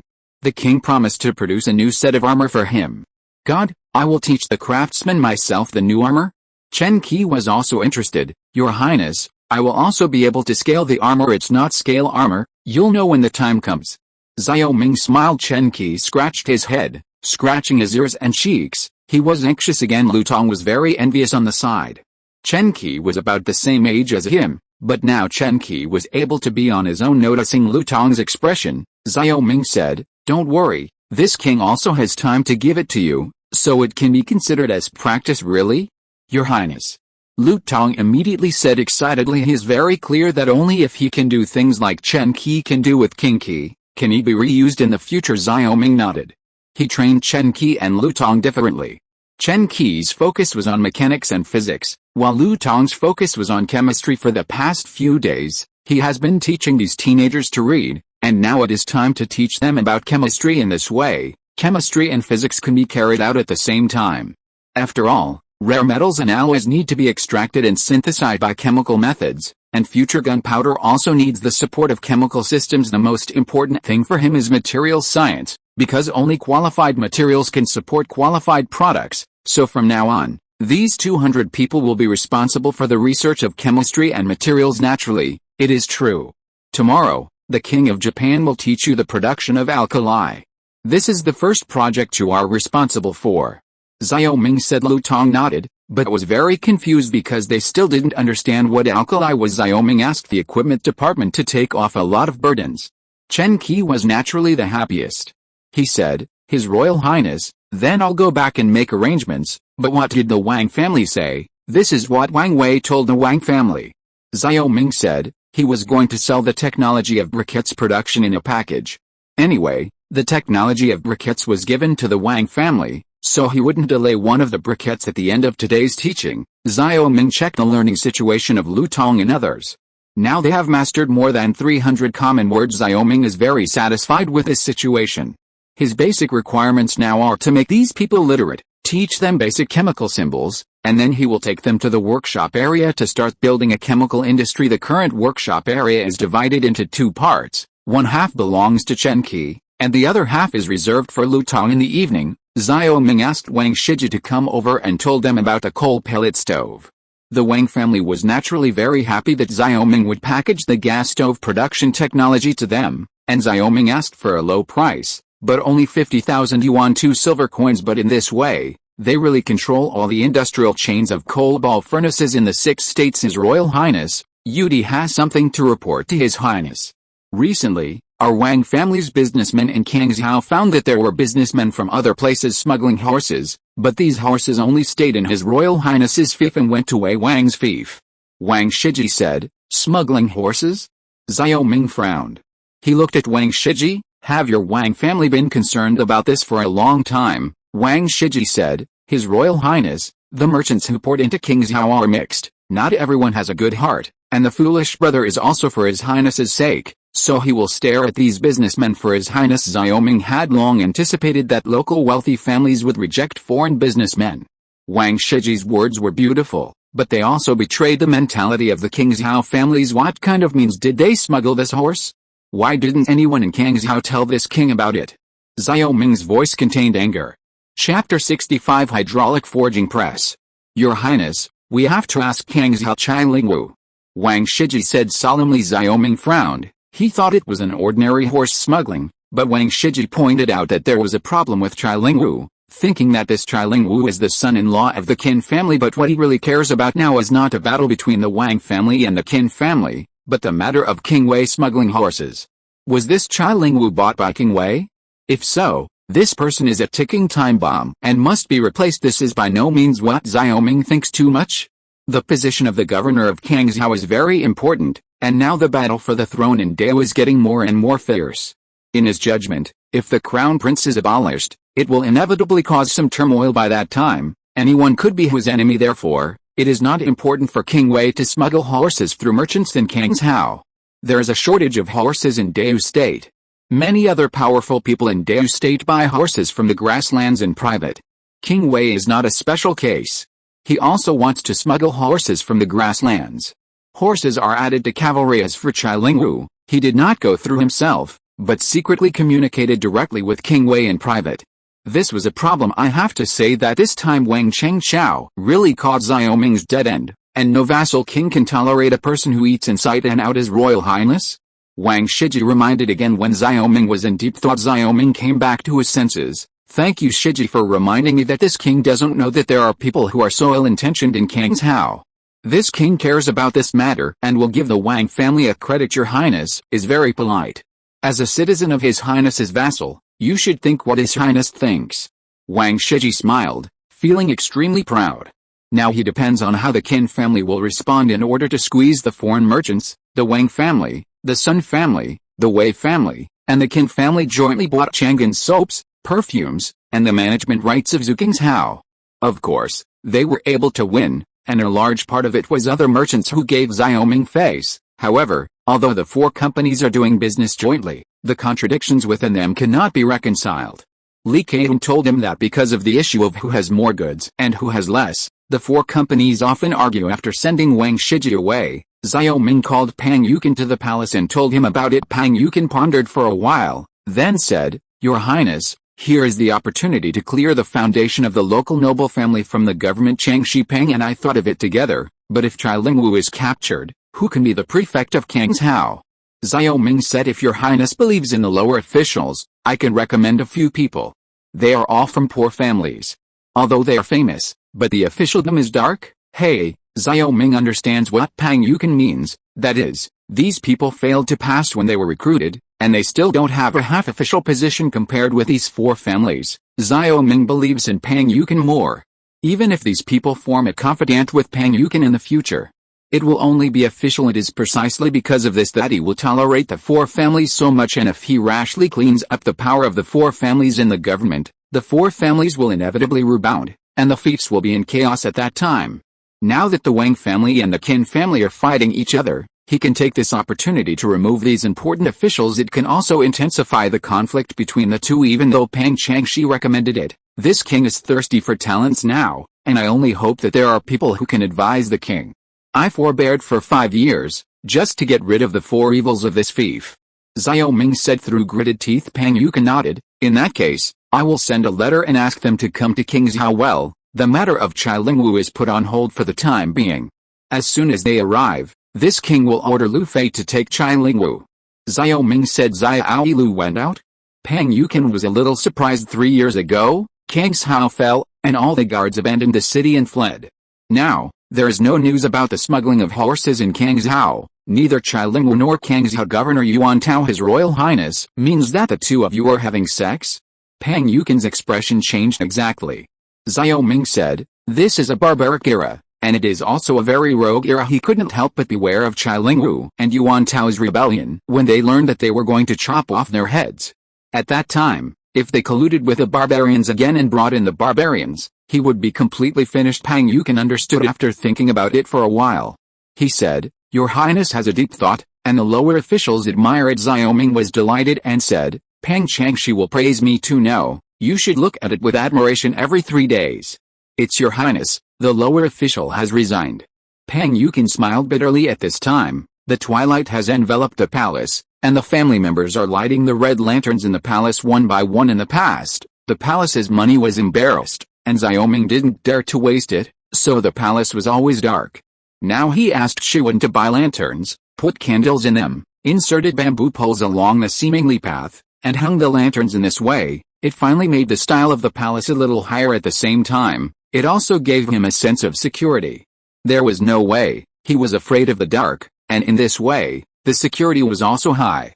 If an assassin came in, the guards of the palace would be able to see it at a glance. Turning around and returning to the bedroom, Lulo had already prepared hot water for Xiaoming, so he took a shower and went back to rest. At this time, there is no longer the chill of winter, and the air seems to have a hint of warmth of spring. Winter has come to spring, and the farming season is about to come. Xiaoming is afraid of the dark and the cold. Thinking that spring is coming, he always has some expectations in his heart. Until then, you can go out for spring, go fishing, and enjoy the original scenery. After such a half-dreaming and half-thinking night, the next day, Xiaoming took the morning class in the school. In the morning, briefly taught the periodic table of elements, and went to the equipment department. In the afternoon, His Royal Highness, what kind of armor? Chen Qi asked eagerly when he arrived at the equipment department. He didn't sleep well that night. Plate armor.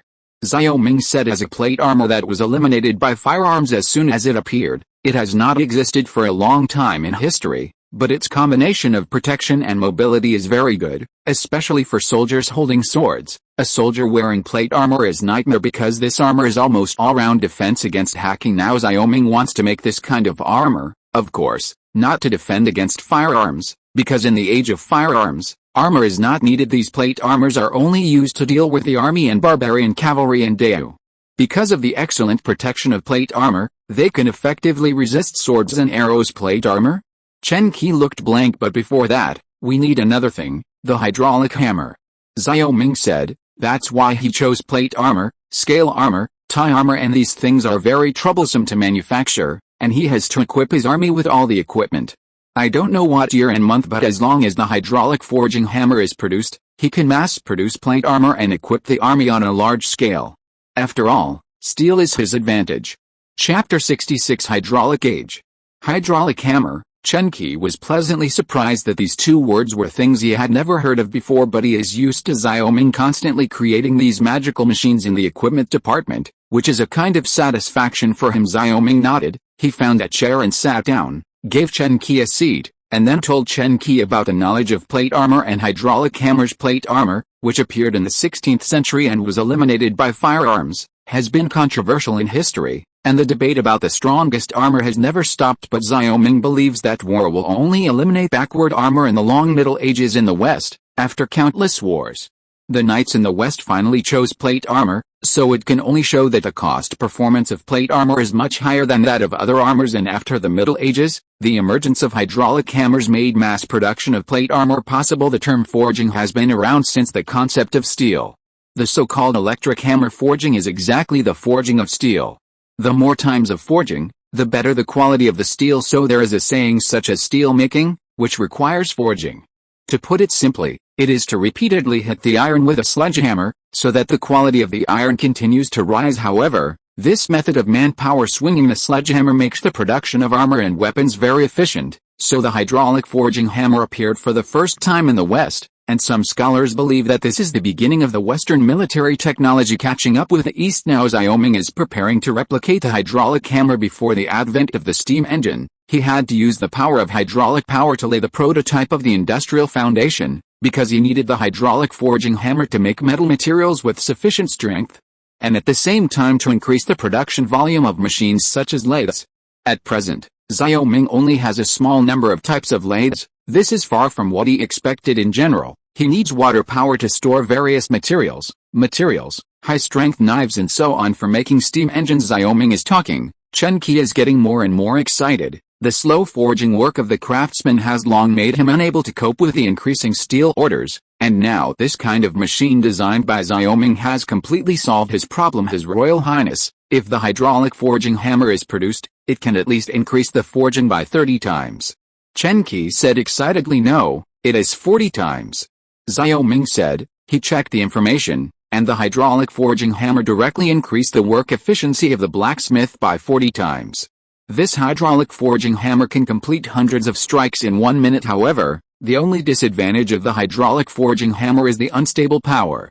After all, the water flow is unstable, but even so, this is enough for him to use at this stage. After a detailed explanation, Chen Qi basically remembered the manufacturing method of the hydraulic forging hammer. In fact, the power of the hydraulic machine is basically general, that is, it is similar to the overturning of a bull. As long as it rotates, it can generate power, gears, and bearings. These things are quite different. Just the workpiece is different. Therefore, for Chen Qi, who has successfully created a bull-powered overturn, this is not a difficult job. Moreover, after observing it during this time, he came to a conclusion that the ancients were definitely not stupid, and their intelligence was not inferior to that of modern people. The only flaw was that they lacked education and knowledge in their familiar field. It is better to write poetry, writing, painting, and even strategy than modern people, as the saying goes. 1 point is enough, and the ancients of today almost have 1 point, and he plays this role. Realizing the importance of hydraulic forging hammers, Chen Qi focused on the manufacture of hydraulic forging hammers. Thanks to the cheap lathe processing, the manufacture of hydraulic forging hammers was very smooth, but even so, the first hydraulic forging hammer had to be. It will take a month to assemble it, because the composition of the hydraulic hammer is still very complicated. Xiaoming believes in Chen Qi's ability very much, so this matter is naturally handed over to Chen Qi. When Chen Qi encounters something he doesn't understand, he will come to the school to ask him, and the two will discuss it together. During this period, he taught the school normally, but he asked Lu Tong and others to start the first chemical production, extracting alkali from plant ash. This job was originally the work of the servants and equipment department in the palace, but now Xiaoming has completely stripped this matter out, just to refine the industrial system. Moreover, during this time, soap production workshops sprang up in Qingzhou, and the demand for alkali increased greatly for a while, which is the reason why he produced alkali alone. Otherwise, he would really be annoyed to death by businessmen who came to buy alkali. Thank you, Your Highness. Another batch of caustic soda was shipped out from the palace. The merchants who bought caustic soda were beaming with joy, but they were also in pain because alkali is too expensive. Basically, alkali accounts for more than half of the cost of producing soap. If they sell the soap, they can only make a tale of silver. Hey, if we could learn the production of this alkali, wouldn't we make a fortune? Gradually walking away, one businessman said to another businessman. Learn? How to learn? It is said that this alkali is no longer produced in the workshop area. It is only produced in the yard next to the palace. Not everyone can get close to that place. Yes, but it is said that there are 200 students living there, and they go out once a week. If you give a bribe, maybe. Don't think about it. These people are accompanied by guards every time they go out, and it is impossible for outsiders to approach. Hey. The businessman sighed at this time. Pang Yukin passed in front of the two businessmen. Hearing this, he couldn't help sneering, and secretly said, these businessmen are really interested in their own interests, and they will do whatever they can. Entering the palace, he saw Xiaoming and first repeated the conversation of the businessmen outside to Xiaoming. These businessmen's tricks are very clear to the king. In addition to this method, they also deliberately resold slaves to Liang Dahe, wanting these slaves to mix into the workshop area. HMPH, they underestimate me and only let them come in and out. Pang Yukin said, I reminded His Highness this matter, not to talk about craftsmanship, but now that Qingzhou is becoming more and more mixed, it is time for His Highness to establish his own secret guard. Xiaoming's expression froze, and he said, it's not that this king doesn't want to, but that there is no suitable candidate. The secret guards in Pang Yukin's mouth are actually institutions similar to Jinaiwei in the Ming dynasty, that is, the modern intelligence system. Without these people, Xiaoming is equivalent to Dai, who is blind and doesn't know anything. For example, the horse smuggling case disclosed by the Wang family this time, he knew nothing about it in advance. When Pang Yukin remembered this incident, he also thought that he had been stimulated by this incident. His Royal Highness, I'm here just for this. If you want someone, you must be very interested. Pang Yukin said with a smile. Xiaoming remembered that Pang Yukin was looking for talent for himself, and he said, Pang Changshi has a suitable candidate? Who is it? Chapter 67. Wang Zhuan. His Royal Highness, the person that the lower official is looking for is on his way, but this person is a local. His name is Wang Zhuan. Pang Yukin said. Wang Zhuan? I seem to have heard of this person. Xiaoming wondered. His Royal Highness, I still remember the Qin Chuan sued Wang Chengqiao, and there was a ghost at that time.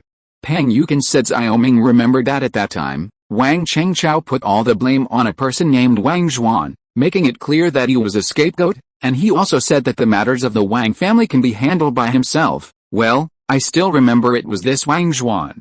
After Wang Chengchui returned, he dealt with Wang Zhuan's family law on the charge of hiding the cattle. He was severely punished. Wang Zhuan, who was beaten directly, passed out, and then he let the servants sink Wang Zhuan's hands and feet into the rocks. Tuo Jiang, but this kid has a big life, and the two servants were lazy and did not tie them tightly. He woke up in the water, broke free of the stone, and floated down the river. I was inspecting the farming on the Tuojiang River that day, so I brought him up. At the time he had only one breath left. Xiaoming doubted, this Wang Chengqiao is a ruthless person, but what does Wang Zhuan have to do with secret guard? His Royal Highness has always been the best candidate for a secret guard since ancient times. Pang Yukin said slowly. Xiaoming pondered for a while, and what Pang Yukin said seemed to make sense. Now that Wang Zhuan has died once, he absolutely hates the Wang family, and the Wang family is the object he will dismember sooner or later. If Wang Zhuan was given a way to survive at this time, he would definitely be grateful to Dade, and he would try his best to help him deal with the Wang family. He smiled and said, Pang Changshi has far-reaching thoughts, and this king is ashamed of himself. The two were used to holding each other's stinky feet, and Pang Yukin just smiled. He said, His Royal Highness seems to have figured it out, but if Wang Zhuan can be able to work for His Highness by His Highness's side, he will not be recognized by the Wang family.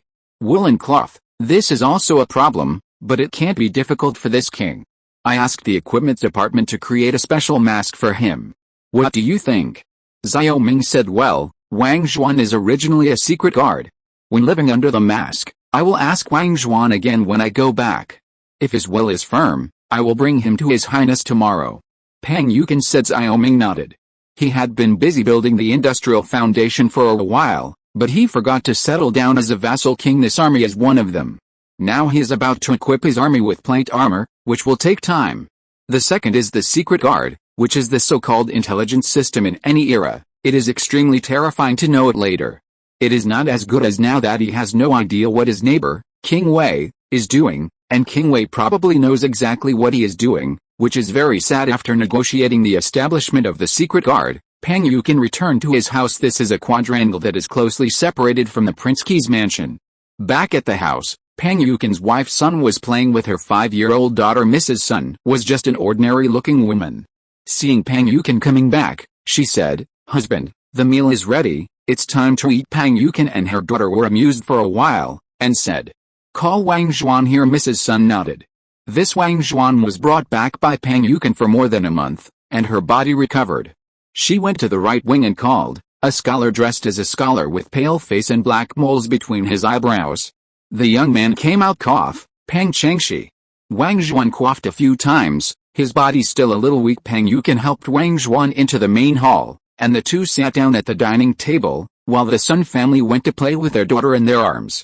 There were different seats for men and women in the Great Yu Kingdom, so the Sun family both had eaten before eating. Sanlang, I have already told His Highness about you. If you want to live now, you can only follow His Highness. Wang Chengqiao is in King's Hao with hands and eyes. If you leave, you will definitely not be able to leave the city alive. Pang Yukin said. Wang Chengqiao has 3 brothers. Wang Zhuan is the third son of Wang Chengqiao's second brother, Wang Chenghen, and his mother is just an ordinary female servant in the house. Wang Chenghen gave birth to him because of his drunkenness. From the royal family to the common people in the Great Yu Kingdom, it has always been that the son is more valuable than the mother, and the mother is more valuable than the child. This Wang Zhuan was naturally unpopular in the Wang family. He was bullied by the children of the Wang family since he was a child. Changshi Pang, you picked up my life. I, Wang Zhuan, have a bad life now, and I don't care about anything anymore. I just hope that I can see Wang Chengqiao, a thief, punished. Wang Zhuan said bitterly. Pang Yukin nodded secretly. In this way, I will introduce you to His Highness tomorrow. From now on, Wang Zhuan will be dead, and you will only be the shadow of His Highness in the future. But according to Pang Chang's orders, Wang Zhuan looked firm. He hates Wang Chengqiao and the Wang family. It is said that his biological mother was driven out of the Wang family by Wang Chengqiao on the grounds of seducing Wang Chengheng the day after he gave birth to him and sold it to a slave trader. He still doesn't know what his mother looked like, and after living in the Wang family for 19 years, he is not even a servant. Well, I can feel relieved in this way. Pang Yukin said with relief. In the case of smuggling horses, Xiao Ming only saw the problem of Chai Lingwu, but Pang Yukin saw more things. King Wei was the most timid and fearful among many vassal kings. He smuggled a few horses for his own entertainment. It was normal, but under his secret investigation, King Wei actually smuggled 3,000 high-quality war horses from the grassland in the past 5 years. This can only explain one problem. The battle for the throne of the Great Yu Kingdom is probably not as simple as the Battle of the Princes, but involves 6 kings with different surnames at that time. 6 kings with different surnames followed Xiao Yuanzi to conquer the Great Yu Kingdom. Xiao Yuanzi fulfilled his promise to govern the world together. However, as the fiefs of the royal family of the Great Yu Kingdom were continuously squeezed by the northern barbarians, the imperial power gradually declined, and the 6 kings with different surnames gradually contempt for the royal family. The deep friendship between Xiao Yuanzi and the 6 kings with different surnames has long since gone with the passing of that generation. And the king with different surnames who now inherits the throne of the vassal does not have so much affection for the royal family. If this battle for the throne goes wrong, the consequences will be serious. King Wei is timid, but he is extremely smart. He is probably also preparing just in case. As for whether this preparation is his own idea or a hint from someone, it is hard to say. That's why he asked Xiao Ming to set up a secret guard to get hold of all kinds of news in the Great Yu Kingdom as soon as possible, lest Xiao Ming be caught off guard. However, according to his judgment, as long as Xiao Wangsun does not die, these princes still dare not go too far. After all, Xiao Wangsun is also an emperor who came out of the sea of corpses and blood, and these princes cannot escape his control. Chapter 68 Expanding Influence. A pair of iron faces slowly buckled on Wang Zhuan's face, and Pang Yukin smiled. The next day, Xiao Ming saw Wang Zhuan, whom Pang Yukin spoke of, a pale, even malnourished young man. Can such a person really be able to do a job like a secret guard who walks in the dark? The heart is the most important. This was Pang Yukin's explanation to Xiao Ming. From the firmness revealed in Wang Zhuan's eyes, Xiao Ming chose to believe it, because there is really no suitable candidate for him now, and Wang Zhuan, who is alone, seems to be a good choice. Do you know the skills that a secret guard needs to master? Xiao Ming asked. Wang Zhuan shook his head, but said, if you don't succeed, you will become a benevolent. Xiao Ming nodded slowly. This is a person swallowed by hatred, and he has enough desire to do this, he said. From now on, you will live under this iron face. From today onwards, you are the original the king's left guard. This king also wants to introduce a colleague. As soon as his voice fell, Li San turned around from behind the screen in the main hall. Xiao Ming continued, his name is Li San, and he belongs to this king. The matter of the secret guard is very important, and this king cannot fully trust you, because this is related to the life and value of this king. So the secret guards are set as the 2 guards on the left and right. You are the left guard, Li San is the right guard, and if you want to compare each other, if whoever can beat the other, when the 2 guards on the left and right merge in the future, who will be the chief officer? Wang Zhuan glanced at Li San, but there was no change in his expression under his iron face. He said coldly, Your Highness, this position of chief official must be mine. Li San pouted. When Xiao Ming asked him about the secret guard last night, he was really startled, but thinking that he could change from a servant of the palace to a secret guard in Xiao Ming's hands overnight, the shrewd Li San naturally knew it. How to choose. Anyone can talk big. I am not a pustule, Li San. Li San said. Seeing this, Pang Yukin understood Xiao Ming's thoughts in his heart. The matter of the secret guard is related to Xiao Ming's net worth in life. Naturally, he could not hand over the full authority of the secret guard to Wang Zhuan, who he recommended. Li San is the one who hindered Wang Zhuan a chess piece. However, Pang Yukin was not angry, but felt relieved, which showed that Xiao Ming already had the quality of being a vassal king. Prudence for Xiao Ming. Wang Zhuan gave him a sense of death. It would be terrifying for such a person to do something, but when it comes to establishing the secret guard, Wang Zhuan, like Li San, has both knowledge reserves.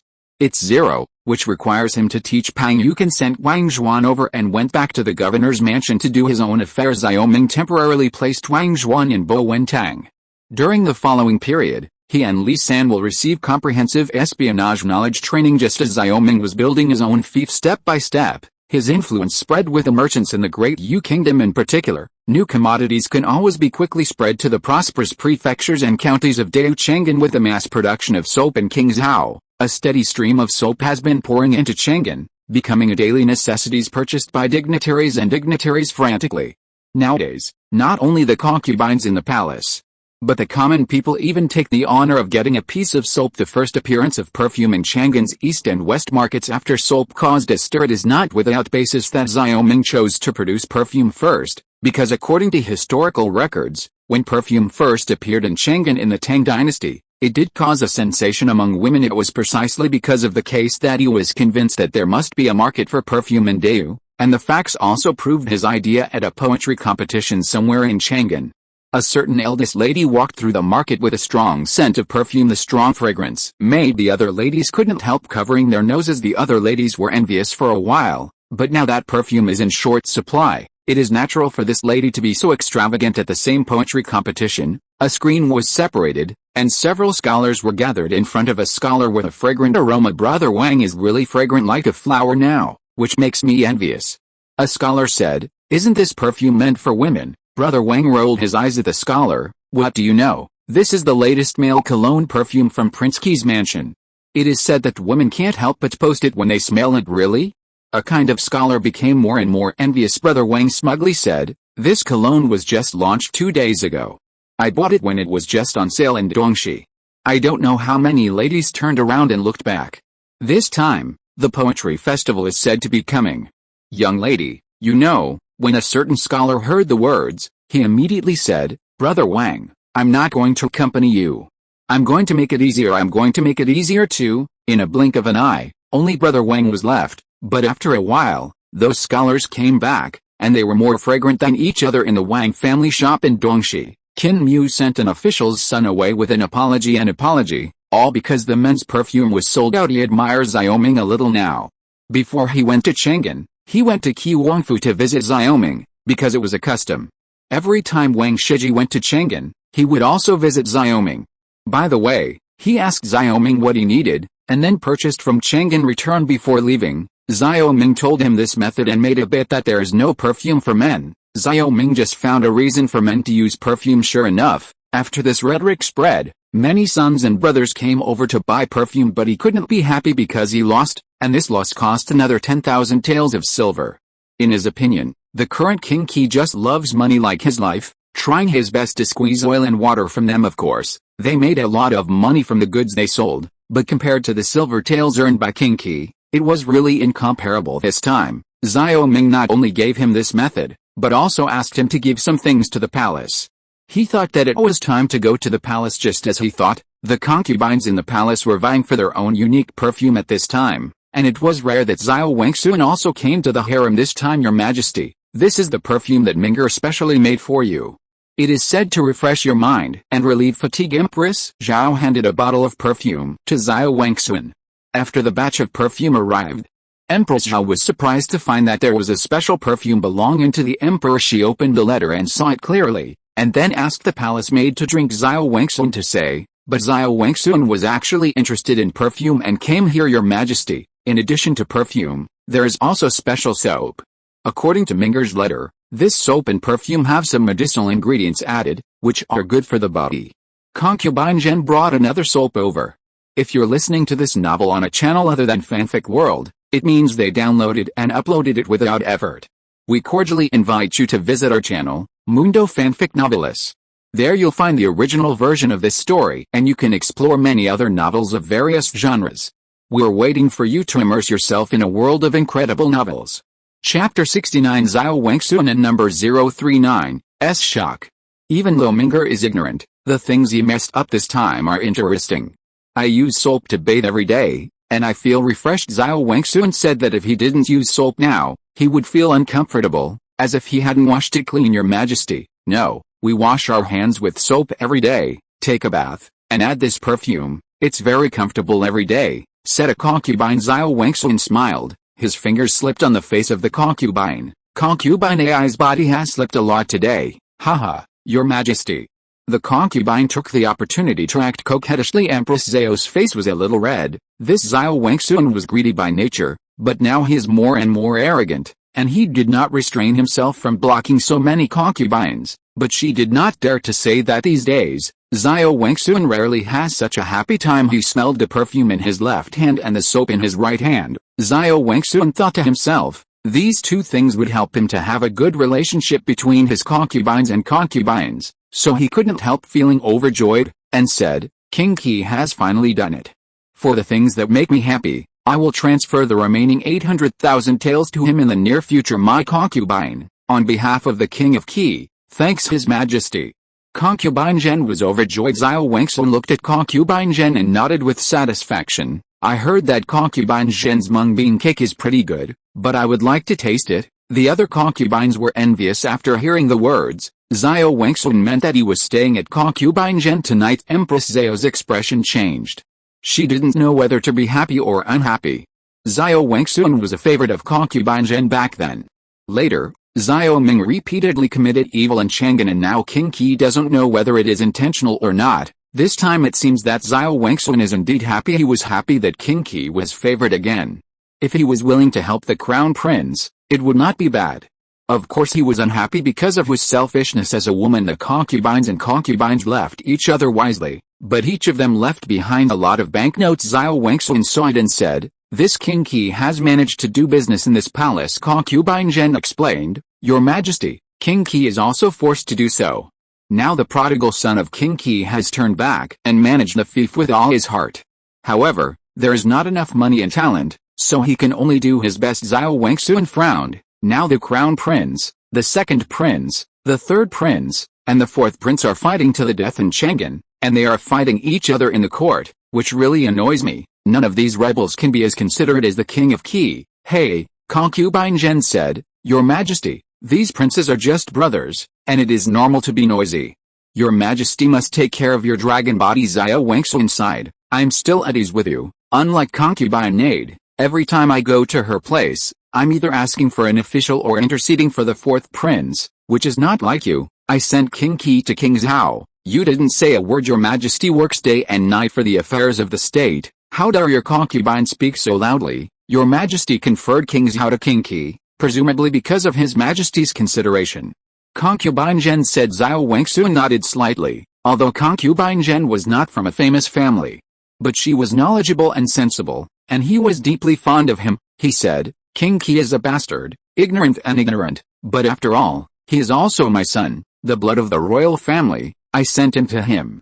King Zhao is precisely because of the struggle for the throne. He has no power to protect himself, and with the King of Wei taking care of him, it is enough for him to be the first prince. Frowning his brows, Xiao Wangxuan said, but now King Qi is making progress, and he is so pleased with me.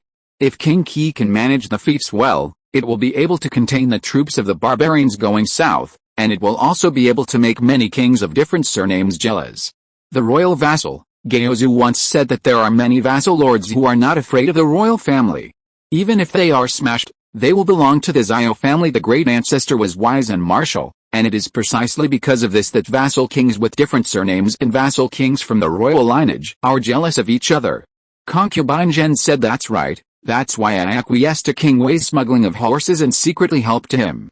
Xiao Wangxuan said, but if King Qi can persevere, I will also help him, but it depends on his performance. Wen and Wu are watching. It is clear that among the princes, who has merit and who does not, if he can make merit, I also have an upright reason to reward him. Concubine Zhen smiled and felt relieved. He was most worried about the discord between Xiao Ming and Xiao Wangxuan. Now, it seems that Xiao Ming can correct his mistakes, and Xiao Wangxuan still remembers the love of the year. One credito? Xiao Wangxuan picked up a piece of mung bean cake brought by the palace maid and asked, tell me about it. Concubine Zhen smiled, took a blueprint and said, Your Majesty, this is what King Qi sent along with a perfume and soap. This time Xiao Wangxuan unfolded it and saw a picture of a cow revolving around a wooden stick, with the words, nearly overturned. Your Majesty. In the letter, King Qi said that this bull's power overturned a car more than 10 times faster than the water wheel of the Great Yu country. If it is implemented in the Great Yu country, it will definitely greatly promote farming. Concubine Zhen said, really? Xiao Wangxuan said, Your Majesty, King Qi said that he will bring the bull power over in a few days, and His Majesty will know when the time comes. Concubine Zhen said. Xiao Wangxuan nodded, interesting, but I want to see what this King Qi has tossed out again. 3 days later, the Qin family's ship carried the parts of the newly rollover to Chang'an City, and sent craftsmen over. These parts only need to be assembled in Chang'an to form a rollover. When Xiao Wangxun learned of this, he took the civil and martial arts of the Man dynasty to Huangzhuang outside Chang'an City, where the bull-powered overturned car was transported. After seeing Ni Li's ability to overturn a car to draw water, the officials were amazed. Your Majesty, this bull's power overturning is really a coincidence, and I don't know which craftsman it came from. Zhang Hongwen, the Minister of Works, praised. The other ministers also smiled. The third prince rushed and said, Father, if this bull power is rolled over and promoted in the Great Yu Kingdom, it will be extremely beneficial to farming. Standing beside the third prince, a man wearing a yellow brocade robe, looking more than 30 years old, he wanted to say, but it was still a bit slow. This person is the prince of the dynasty. Xiao Shan, the fourth prince, sneered and glanced at the prince, and said, Father, please reward the craftsman who invented this thing. Xiao Wangxun laughed and said, this thing is not someone else, but your seventh brother, King Qi, invented it. The expressions of the third and fourth princes suddenly stiffened, and the crown prince said, Father, since this is the case, it is better to reward King Qi. Xiao Wangxun nodded. The bull-powered overturned car was still invisible in the painting, but standing in front of him at this time, he could feel the ingenious workmanship of this overturned car. Chapter 70 Small Harvest. King Zhao. A continuous spring rain ended the long cold winter. Another year of spring comes, and the spring breeze in February is like scissors. The arrival of spring is good news for Xiaoming, but there is more than one good news. The news that Ni Li's overturned car has been praised by the civil and military of the Manchu dynasty also blew to King Zhao with the spring breeze. Then, 800,000 taels of silver arrived in King Zhao, but this was just an appetizer, accompanied by a huge order from the imperial court. His Royal Highness, this plan is really clever. Now this bull-powered overturn has been approved by the emperor, and all Huangzhuang and Guanshan in the Great Yu Kingdom are required to use bull-powered overturning. Those vassal kings were also alerted and sent officials to order.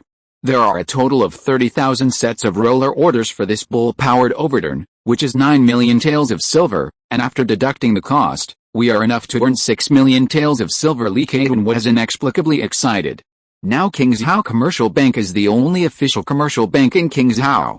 All the products produced in this workshop area are shipped to all directions through the commercial bank at the same time. King Zhao Commercial Bank is also responsible for external liaison, such as taking orders, and this time, in addition to the orders from Chang'an, there are also many orders from various kings. However, it will take some time for these orders to be produced, and the money is not in Xiaoming's hands at once. Hey, damn productivity. Xiaoming sighed bitterly. If it weren't for the limitation of productivity, he could earn more money. However, he is satisfied with the current situation. Perfume, soap, and drunk King Zhao are very popular in the Great Yu Kingdom. These are a steady stream of money. Now, with only these three kinds of income, the palace can earn 3 million taels per month. But these silver taels seem to be a lot, but in fact, they are evenly distributed to various constructions in King Zhao, and he does not have much silver left every month. The only gratifying thing is that after the money was spent, I finally saw some results today. Jin Dafu has successfully established limestone mines, coal mines, iron mines, and graphite mines.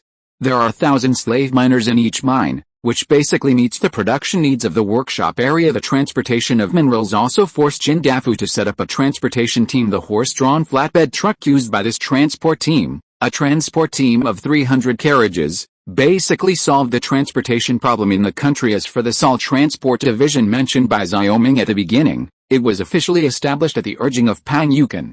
Now, with the advantage of being close to the sea, the Salt Transport Division has established a large number of salt fields in the Dengzhou area. External purchases make up the quantity. Of course, the Equipment Division has made the most progress. When Chang'an was amazed by the overturning of the power of cattle, the Equipment Division finally gave birth to a cross-generational weapon, which will change the forging industry that has been trapped in power for a long time. In the past month, Chen Qi and Xiaoming repeatedly considered the hydraulic forging hammer. With the addition of the precision parts produced by the lathe, the hydraulic forging hammer was finally born. To this end, Xiaoming resolutely refined the equipment department and established the first professional steel workshop in the workshop area.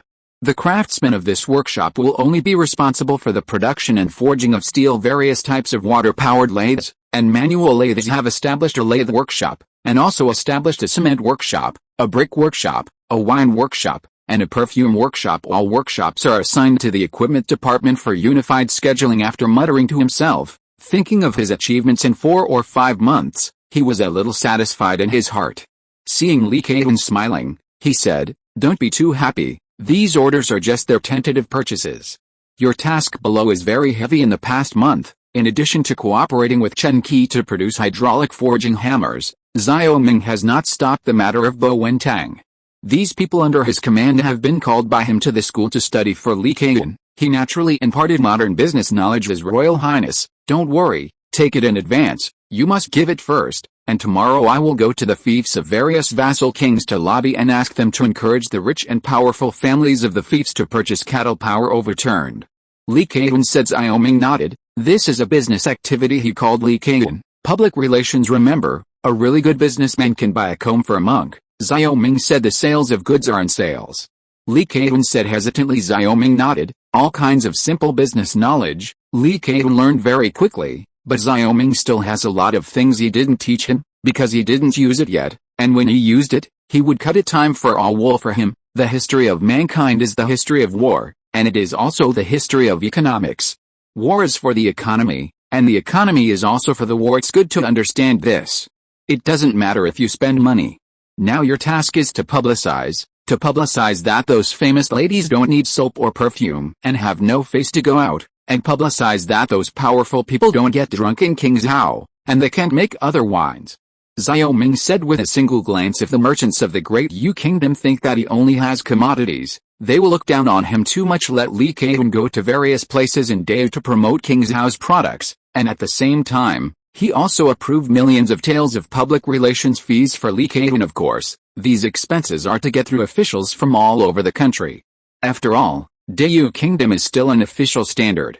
Only when officials are secured can his products flow freely, and these officials can cooperate with promotion. After talking with Li Keqian about some details, Li Keqian left with enthusiasm. Xiao Ming sat down in front of the table in the main hall, picked up a pen and wrote a series of business strategies according to his plan. When soap travels among the powerful and the Dao country is known to the whole country, it is when he classifies perfumes, soaps, and drunk Qingzhou. At that time, soaps of slightly lower quality will enter the common people life. Since it is a business, of course, every consumer class must be considered. Xiao Ming's principle has always been to do one thing to the extreme after formulating a sales strategy for Qingzhou products.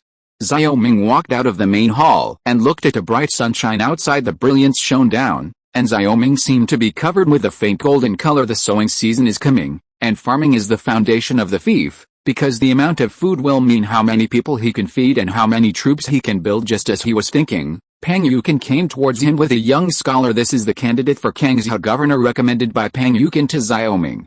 Once this person arrives, he can attack Qingzhou governor Chai Lingwu Kaoman Chang Yuchen. "See your highness." The young scholar bowed to Xiao Ming and saluted. "No gift." Xiao Ming stretched out his hand and made a gesture of support. Pang Yuqin said at this time, "His Royal Highness, no matter who bought this Qingzhou governor Chai Lingwu, but the evidence of the smuggling of war horses is solid, and it should be executed according to the law." Xiao Ming has a long-term vision, and now it is time to take control of his fief step by step. P.S. There is only one update today. Sorry, I will make up for the third update tomorrow. Chapter 71 Murder. Qingzhou. The looting 3 years ago made this city devastated by barbarians, still not recovering from its previous trauma.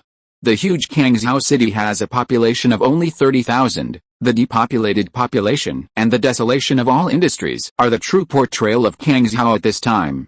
However, since the government issued the order to settle fields in winter, more and more people have gradually returned to Qingzhou to cultivate land. However, compared with the sparse people, the most people here are businessmen who trade with each other. Some of these businessmen hold official letters, and more are smugglers who do not have letters. The Great Yu Kingdom has always strictly controlled the trade of the barbarians, but in the face of the pressure of the barbarians, it has to open the border trade, but some trade is strictly prohibited in the Great Yu Kingdom. One is coal and iron, and the other is horses. Generally speaking, trade involving war materials is prohibited unless there is a certificate issued by the government. The last time the Wang family mentioned trade with barbarians in Xiao Ming, it was because of their guilty conscience that they were concerned about the trade of coal and iron. Unlike in the past, a group of well-equipped cavalrymen entered Qingzhou city at noon today, and the people in the city who saw the armor on the cavalry were almost scared to death because these cavalrymen were all wearing barbarian armor, and the horses they sat down were as thick as barbarian war horses. At first glance, they thought that the barbarian cavalry had entered the city, until they saw the King Zhao flag. And then they felt a little relieved. On Xiao Ming's order, Lu Fei led King Zhao's elite cavalry to Kangzhou day and night, and arrived at Kangzhou city in 2 days and 1 night. The order he received this time was to take Kangzhou governor Chai Lingwu and Kangzhou governor Wei Tong to Kangzhou together. If the two resisted, they could be executed on the spot. Entering Kangzhou city, Lu Fei led 30 cavalry directly to the Kangzhou government office. Chai Lingwu and Wei Tong, one is the son-in-law of the Qin family, and the other is a descendant of the Wei family. In Lu Fei's view, neither of them is a good thing, and these 4 wealthy families deserve to be killed by 1,000 cuts. 3 years ago, the barbarians invaded. When the iron hoofs of the barbarians trampled the land of the 6 states recklessly, the people cried out in pain under the iron hooves of the barbarians, while the local nobles hid in their own docks, summoning their tribes to defend themselves, and could not hide their heads at that time. The number of barbarian cavalrymen who entered the 6 states was only more than 2,000, and the number of the 4 tribes was nearly 10,000. But these noble tribes were all worried that their tribes would be damaged and refused to resist. It was not until he led 3,000 soldiers to defeat the barbarian vanguard in the bloody battle of Kangzhou that the 4 tribes who heard the news came too late, and Chai Lingwu and Wei Tong, who first entered Kangzhou city, saw the barbarians retreat, so they joined the remnants of the encirclement and suppression barbarian cavalry afterwards. The two claimed to be their first achievements. The Qin family also invited the reward after King Qi returned to Kangzhou. At that time, King Qi had just been driven back from Chang'an and was still in shock seeing that Kangzhou city was recaptured. He was overjoyed and indiscriminately named Chai Lingwu as the governor of Kangzhou and Wei Tong as the governor of Kangzhou. At that time, Lu Fei could understand the feelings of King Qi. The army with limited fiefs and the barbarians suffered heavy losses in bloody battles, and could only rely on the tribes of the local aristocrats. That was exactly what he thought. At that time, except for Kangzhou, the other 5 states were dominated by 4 families. Hey, I didn't expect you to have today. Lu Fei was extremely happy in his heart as he galloped fast. In the past 3 years, he dared not to speak out. How could Kangzhou, which was exchanged for the blood of thousands of soldiers, be handed over to such a cowardly generation? When he arrived at the Kangzhou government office, Lu Fei dismounted and entered the government office.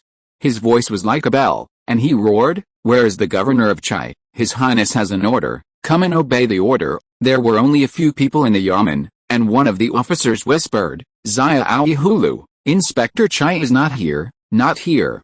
"Where is he?" Lu Fei glared angrily. "Come on, you've delayed a family's major event, take care of your skin." The officer was so frightened that he was so scared that Lu Fei had been in Kangzhou for a few days. He had seen it. Moreover, 3 years ago, Lu Fei's vicious name had already spread. Don't say, the governor and the captain both went to the Bichen Garden in the city. Humph. 2 killing talents. Lu Fei strode out of the government office, mounted his horse and whipped his whip, and roared, "Come with me and surround me with Bichen Garden." Yes. 30 cavalry roared in unison, and a roar of horses' hooves roared. The officer then regained his senses. Seeing Lu Fei's posture, he was afraid that something might have happened. He hurriedly left the palace and went to the governor's mansion. At this time in Bichen Garden, Chai Lingwu and Wei Tong were pushing cups and handing each other, and in their arms lay a woman as beautiful as jade, and opposite them was a businessman in fancy clothes. "Inspector Chai, Governor Wei, I would like to thank the 2 of you for your help in this matter of horses. We can successfully send 1,000 horses out of the city. This is a little gift from King Wei to the 2 of you. Please accept it." The merchant raised his hand and thanked him. Chai Lingwu pushed the businessman to open the wooden box in front of him, which was full of a layer of gold ingots. Wei Tong saw it, looked at Chai Lingwu, and the 2 nodded slightly. Since the 2 entered Kangzhou, the border trade inside and outside Kangzhou, smugglers and smugglers are all looking forward to the 2, and they often need to send money to pass without hindrance. In just 3 years, the 2 searched for hundreds of thousands of taels of silver. The 3 of them were raising their glasses to face each other, when suddenly there was a sound of people screaming, horses neighing outside, and then a woman's screams came from the first floor of Bichunin. Waiting for them to react, the door of the room was kicked open, and Lu Fei walked in with his right hand on the handle of the knife. "Zia Aoi Lu." Both Chai Lingwu and Wei Tong were shocked. The 2 came back to their senses, and Wei Tong said displeasedly, "Zia Aoi Lu, why are you here?" "What do you mean by that?" Chai Lingwu also looked contemptuous.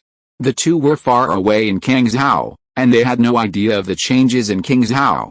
They believed that they were a local family and looked down on Lu Fei, a reckless husband. Lu Fei saw the situation in the house. The table was full of delicacies, and the delicate beauty was lying in the arms of the two of them. He was originally annoyed at Wei Tong's perfunctory construction of the core, and he refused to settle the fields for a long time. He was even more angry when he thought that his soldiers were working hard in the fields and eating only a few bowls of gruel. But at this time he suddenly laughed and said, offend, the day before yesterday, I received the order from King Qi, so I came to Kang Zhao, and when I learned that the two were here, I came to declare the order. Wei Tong was proud of Lu Fei's smirking look, and he was proud of how Lu Fei was in the army, but he was not born from a small background, and in the end it still depends on their faces. He said lightly, I don't know what His Highness ordered. Don't tell me. Your Highness Nian has served the two of you guarding Kang Zhao for 3 years, and you have made me come here to reward the two of you. One is Nian for the two. Lu Fei was still smiling. Chai Lingwu and Wei Tong looked at each other and smiled when the businessman opposite the two heard the words. A casual sneer appeared on the corner of his mouth. These two were rich in Kang Zhao, and they had access to the king of Wei and the barbarians. It is ridiculous that the king of Qi wants to reward them now.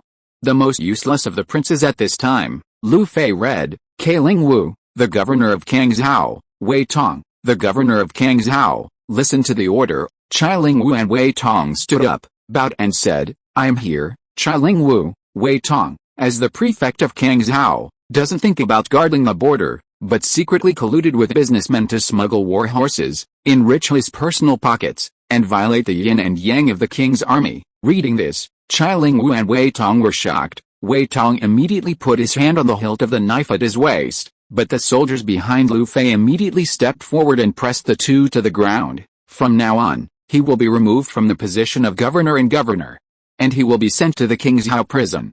If there is any violation, he will be executed. Lu Fei, you are talking nonsense. I don't believe this is His Highness's order. I'm going to see His Highness. Chai Lingwu roared. Wei Tong threatened, Lu Fei, half of the Kang Zhao defenders are part of my kin family. If you dare to touch me, don't even think about leaving Kang Zhao City. As soon as his voice fell, he remembered the sound of horses neighing downstairs, followed by the roar of soldiers. Chapter 72 Blood Pool. Ha, my people are here, Lu Fei, I'll see what you can do to me. Lu Fei was silent. His right hand suddenly drew the knife. Suddenly a silver light flashed, and the two heads rolled in front of the businessman, killing people. The two Qinglao women screamed and rushed out of the room in panic. The businessman turned pale with fright and vomited. At this time, Lu Fei said loudly, Chai Lingwu, Wei Tong led the soldiers to mutiny, and they have been executed by me. Downstairs, the cavalry from King Zhao was surrounded by 100 or so people. When they looked closely, they realized that it was the heads of Chai Lingwu and Wei Tong, and they were shocked. Then I saw Lu Fei, who was covered in blood, walking out like a killing god. The two thieves have already been slaughtered. Put down the weapons in their hands, and the captain of the school will spare your life, otherwise it will be punished as rebellion. Those soldiers saw that the general was dead. And Lu Fei had great prestige in the army, so they dropped their weapons one by one. With a cold snort, Lu Fei asked his soldiers to wrap the heads of the two of them, and rush back to King Zhao overnight with more than 30 horses.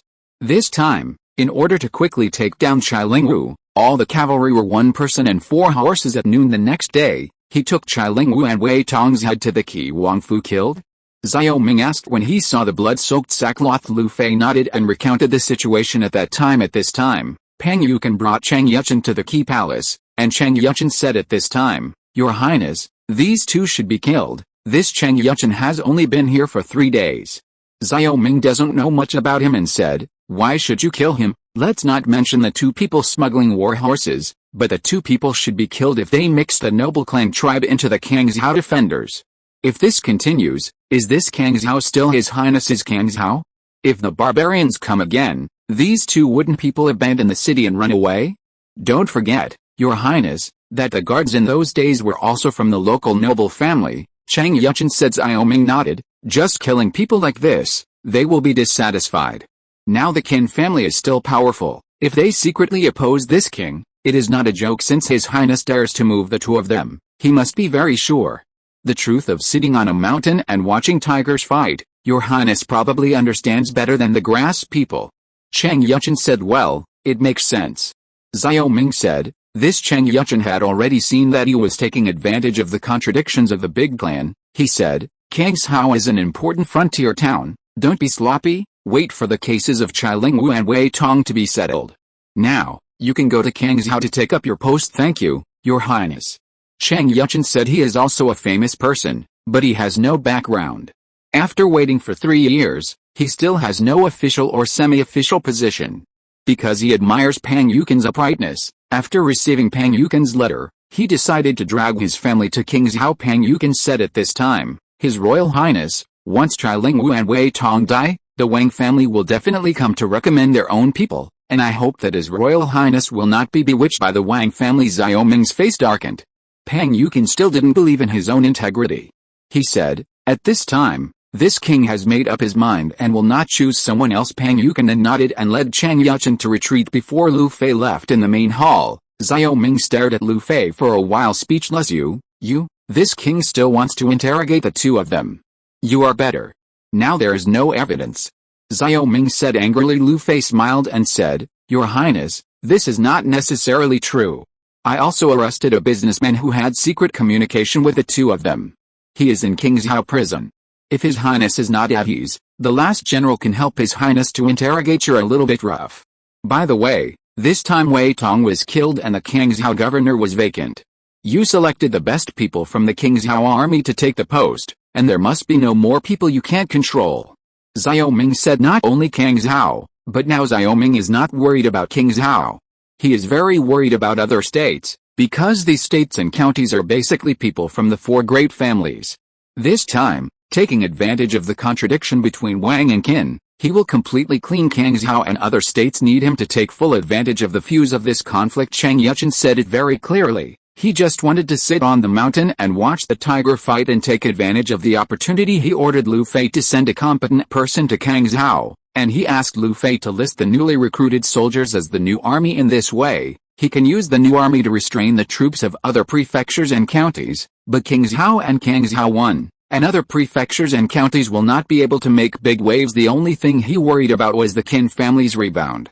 Chai Lingwu and Wei Tong were both core members of the Qin family. Lu Fei left, just as Pang Yukin said. After the news of Chai Lingwu and Wei Tong's execution spread, the Wang family really sent someone to recommend someone from the Wang family to replace the governor of Kangshao. And the governor of Kangshao is a piece of fat, and everyone knows that this time the Qin family suffered heavy losses, and the Wang family naturally wanted to further occupy a favorable position. However, they have nothing to impress Xiao Ming anymore.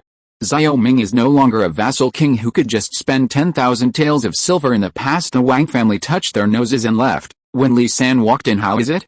Is there any movement in the Qin family? Xiao Ming asked. Li San and Wang Zhuan now belong to his left and right secret guards, and now he has let them set up in Kingshao City. The easiest way is to inquire in the streets and alleys. The second is to let slaves play various ordinary roles as eyes and ears in the city. It is still very difficult to directly install eyeliners within the 4 major families, and they are estimated to be unable to do so at present. Xiaoguan keeps people staring at the Qin family. During this period of time, there are many branches of the Qin family. It seems that they are discussing some major issues. Li Sam said, well, keep staring, and find an opportunity to put eyeliner in the Qin family. Xiao Ming said. Li San responded and turned to leave, only to see Wang Zhuan, who had been waiting outside the door just now, walk in, giving him a cold look on his face. After a jolt, Li San pouted. This Wang Zhuan was silent. He couldn't kick a fart with 3 feet, and he really couldn't get along with him. His Royal Highness, Wang Chengchao, is very happy now, but he was a little annoyed that His Highness rejected the candidate he recommended. There are many complaints in the mansion, and there is no other movement for the time being. Wang Zhuan's voice was naturally hoarse, and he said word by word, happy? It's too early for them to be happy. Is it true that Wang An, the prefect of Dengzhao, killed 72 members of the Fang family and occupied their fields? Xiao Ming asked. The bottom line is clear. The Qin family suffered a loss this time, and they must be eager to take revenge on the Wang family. The Qin family lost a governor and a governor, and they must have the Wang family lose the same benefits. Xiao Ming is now looking for evidence for the Qin family and secretly cannibalizing the power of the 2 families. When they suddenly reacted one day, he had already controlled the army and government of the 6 states. Even if they were noisy, they were the grand monkeys in the hands of the Tathagata Buddha, who could not turn over the Wazi mountain. Chapter 73 Reaction. Pass this matter to the Qin family secretly. Remember, don't let the Qin family suspect that someone else deliberately disclosed it. Xiao Ming said. Wang Zhuan was as calm as usual. Your Highness, when this happened, I was being sent to Dengzhou to collect the bill. Wang An's banquet, I also went. At the banquet, he was drunk and told the matter together. And where are the bones of the 72 people buried? This time, I need to excavate the bones and build a campaign in Dengzhou. The Qin family will naturally send people to investigate, and then I will quietly leave evidence. Xiao Ming nodded. This Wang Zhuan is indeed very motivated, and the spirit of those who have survived hard times is different. Very well, you are most familiar with the Wang family. I hope you can arrange for the eyeliner to go in as soon as possible. Xiao Ming also reminded Wang Zhuan as he reminded Li San. Go back to His Highness, I have placed eyeliner in the Wang family. Wang Zhuan remained calm as usual. Xiao Ming was surprised. Yes, it's only less than a month, you have already done it, but it is much faster than Li San. Wang Zhuan said, His Royal Highness, the lower official is just a trick. There is a family in the Wang family called Wang Cheng. When I was in the Wang family, I broke him into having an affair with Wang Chengchao's concubine. This time I just took advantage of it. Oh. Xiao Ming stretched his voice. Wang Chengchao, an old concubine, is not 20, but 30, so he definitely can't handle so many, and it's normal for 1 or 2 to be stealing with eyeliner in the Wang family. Xiao Ming is naturally overjoyed. He is most afraid of the local wealthy family. If he can't keep track of what they are doing and what they are thinking, it will be difficult for him to sleep or eat. Although he has given these aristocrats a lot of benefits now, these are only used to temporarily confuse them, and he must be prepared with both hands if they reflect that this is just a tactic to slow down the army, and their real purpose is to eradicate them. His fief may inevitably experience a baptism of fire and blood. It's just that Xiao Ming doesn't want to end like this, because it will seriously lag the development of the fief. He only hopes to boil the frog in warm water, so that the local wealthy family can slowly withdraw from the stage of history and comfort Qin family. At this time, Qin Chunyun jumped into trouble. Chai Lingwu was his second daughter's married son-in-law, and Wei Tong's youngest daughter's husband was also Wei Hong's third son. In one night, Chai Lingwu and Wei Tong were killed, and his 2 daughters became widows. Wei Hong went straight to him in a rage and asked him to assemble a trilogy to kill Lu Fei and avenge his son. But calm down, he knew that the culprit in this matter was not King Qi. Brother Qin, why are you still hesitating? Lu Fei deceived people too much? Although King Qi wanted to punish my family's Wei Tong, he did not order the direct execution. I have already been dissatisfied with this Lu Fei, and I just need you and me to see His Highness ask that Lu Fei to pay for his life. Wei Hong said angrily. Qin Chuan also gritted his teeth with hatred, but he said, of course Lu Fei was wrong in this matter, but the Wang family was the driving force behind it, and they were the ones who killed Wei Tong and Chai Lingwu.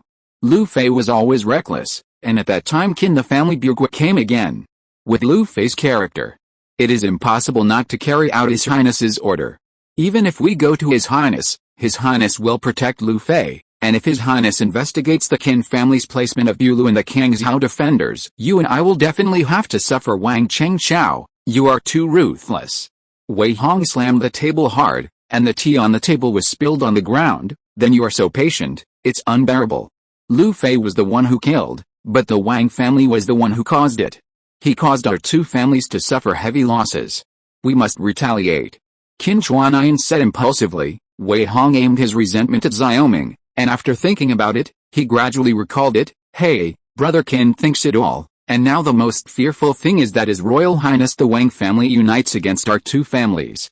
It's really doomed. You finally understand, now that His Highness has money in his hands, a new army, and the Emperor's trust again, this King Wei from the south must give the Emperor some face to take care of King Qi, and the current King Qi is no longer the previous King Qi. After all, this matter is a death penalty, and in His Highness's view, this is absolutely intolerable. We are going to make trouble at this time. What will His Highness think of my family? Rebellion. When Wei Hong heard the words, a layer of cold sweat broke out on his forehead, and now he really understood the seriousness of it. I was reckless, but Wei Tong is my son. I'm really not reconciled. 10 years is not too late for a gentleman to take revenge.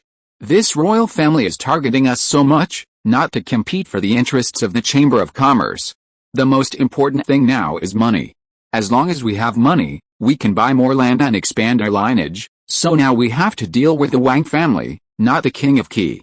Qin Chuan said, in this case, Not only can we not coerce His Highness to kill Lu Fei, but we should go and apologize. Wei Hong nodded. Forget it, Brother Qin and I, let's go to Prince Qi's mansion together. After all, the two got up and went to the Qi. Wangfu and Li San arranged to keep an eye on the Qin family and quickly brought the news to Xiao Ming. Knowing this, he was a little worried that it would cause the Qin family to rebound, and suddenly a stone fell to the ground.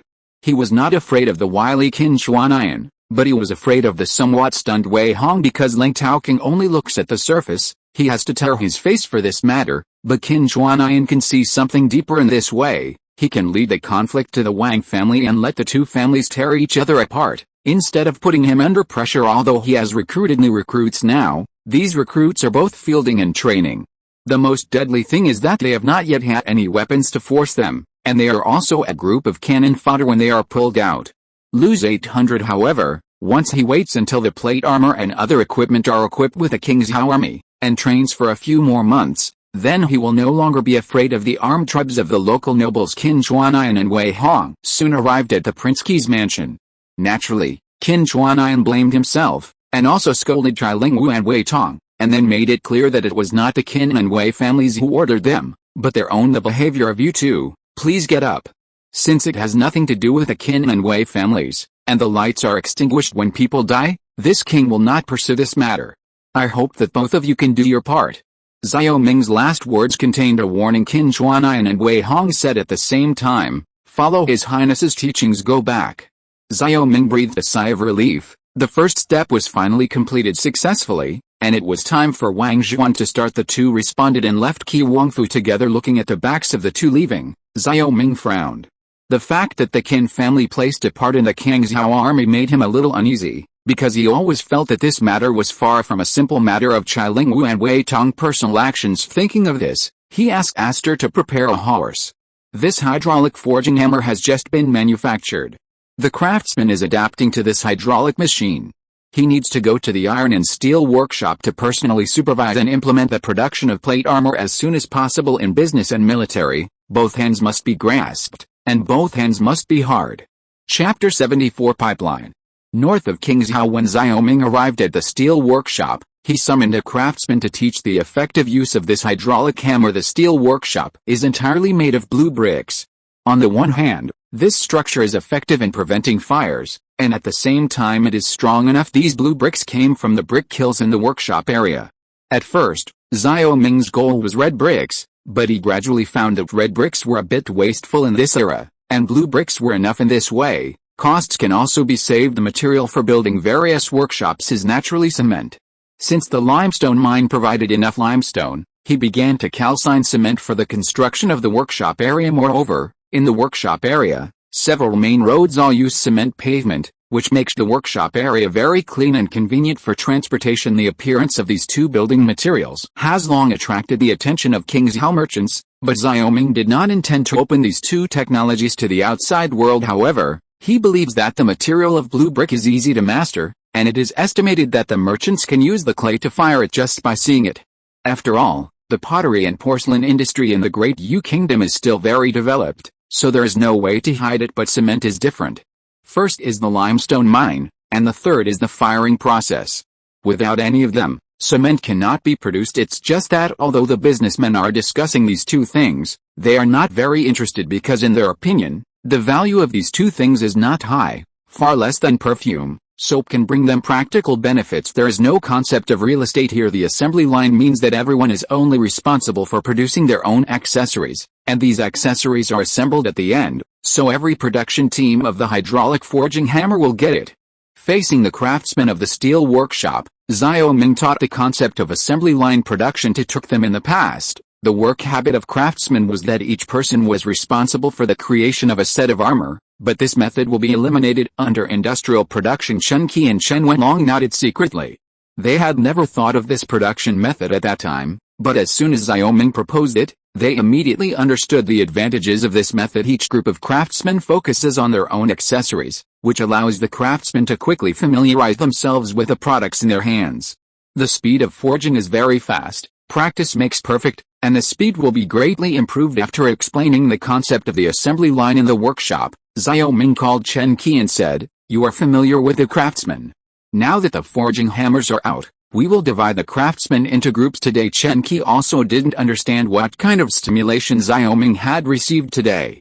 He had been negligent about the workshop some time ago, and he suddenly seemed to have been beaten by chicken blood, and he had to personally guide everything. But after thinking about it, he realized that he knew too little, and sometimes he really admired this King Qi because he seemed to have endless ideas Xiao Ming oversaw on sight. Chen Qi naturally did not dare to be sloppy, and divided the craftsmen in the steel workshop into 10 groups according to the work each craftsman was good at, and each group was responsible for a process. Most of the craftsmen in the steel workshop are slaves, and each group is led by a skilled craftsman. Skilled workers now also have a problem with Xiao Ming, because this is not a problem that can be solved by relying on the transmission of knowledge. Although the equipment department has skilled craftsmen to train them, most of them are only at the level of apprentices. Hey, trouble, where's this craftsman going to find it?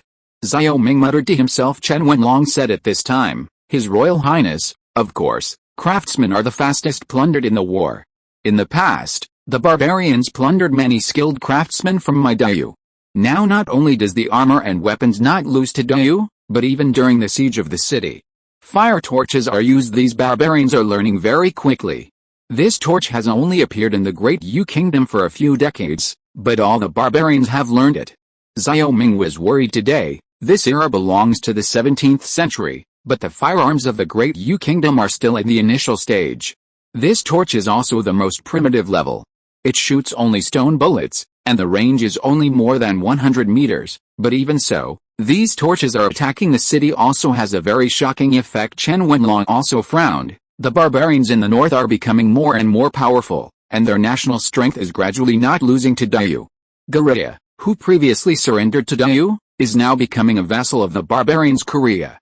Xiao Ming sneered. This country of sticks has always been a mess, and even in modern times, a dog can't change it. Xiao Ming remembered that it was recorded in the history books of the Great Yu Kingdom that when the Great Yu Kingdom was first established, Korea sent a special minister to congratulate him unexpectedly. The owner has changed now. Let's not mention this Korea. Let's just say that this Japanese country, when the Great Yu country was strong, our Japanese country paid tribute to the Great Yu country every year, in exchange for countless gold and silver with small gifts, and now, this Japanese country sees dayu being repeatedly bullied by the barbarians. Not only do not think of old friends, but also feel disrespectful.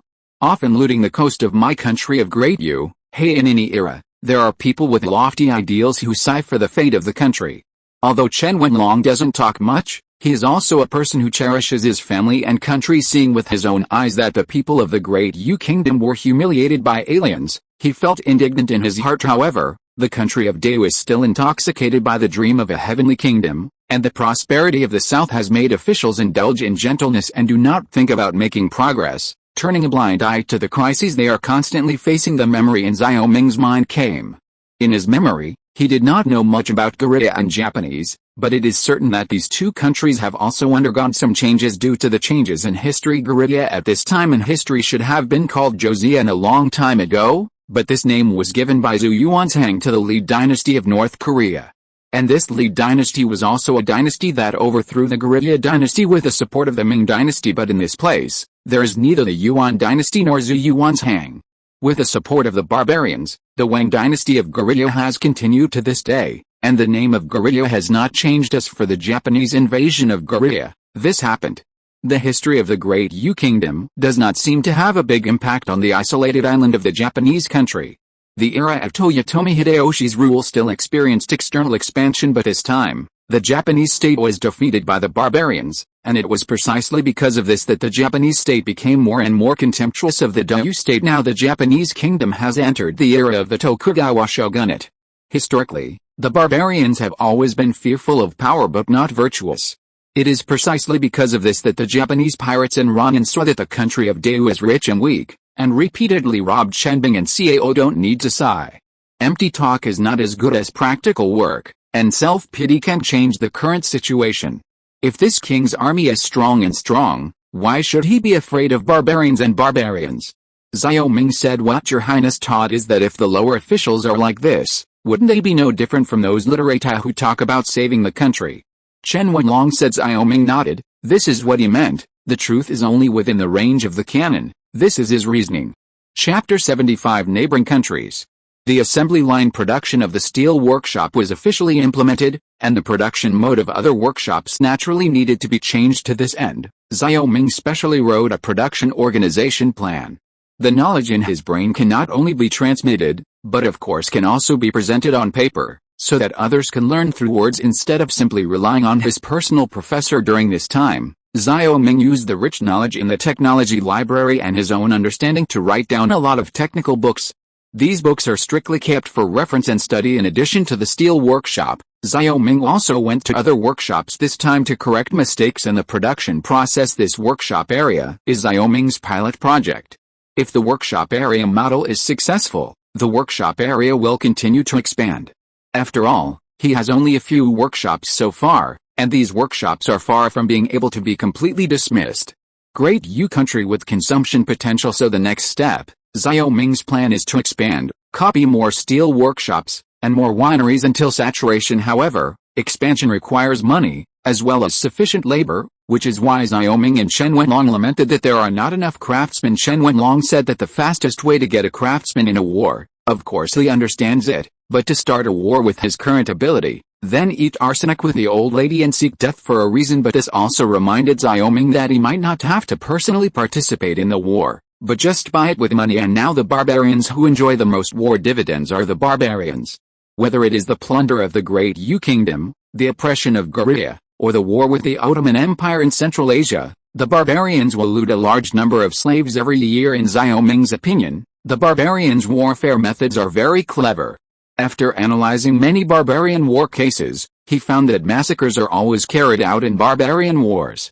This is a kind of war intimidation, similar to the way of war in contemporary Mongolia. After conquering a country or tribe, the barbarians will organize a slave army, that is, a modern puppet army, use the puppet army to consume the strength of the opponent, and finally make their own shots. At present, the barbarians have wiped out 15 large and small tribes and countries in the grasslands and the western regions, until they encountered the Ottoman Empire. Because the history of this time and space only changed after the Han Dynasty, Europe did not avoid being devastated by the Xiongnu who moved westward. In the Liang Dynasty, before the dynasty, the grassland tribes that rose from the grassland at that time moved westward again. During the War of the Liang Dynasty, Persian merchants from the west depicted a second nomadic invasion of Central Asia and Europe. In Xiao Ming's opinion, it was 50 years earlier than the contemporary Mongolian invasion of Europe. It was because the steppe tribe of the Liang Dynasty replaced the butterfly effect of Mongolia's invasion of Europe, so Xiao Ming was worried that the historical process of Europe would not take place. Change, but this is just his guess. But the birth of the Ottoman Empire is enough to explain some problems. As for today's barbarians, in Xiao Ming's view, they are just Jurchens.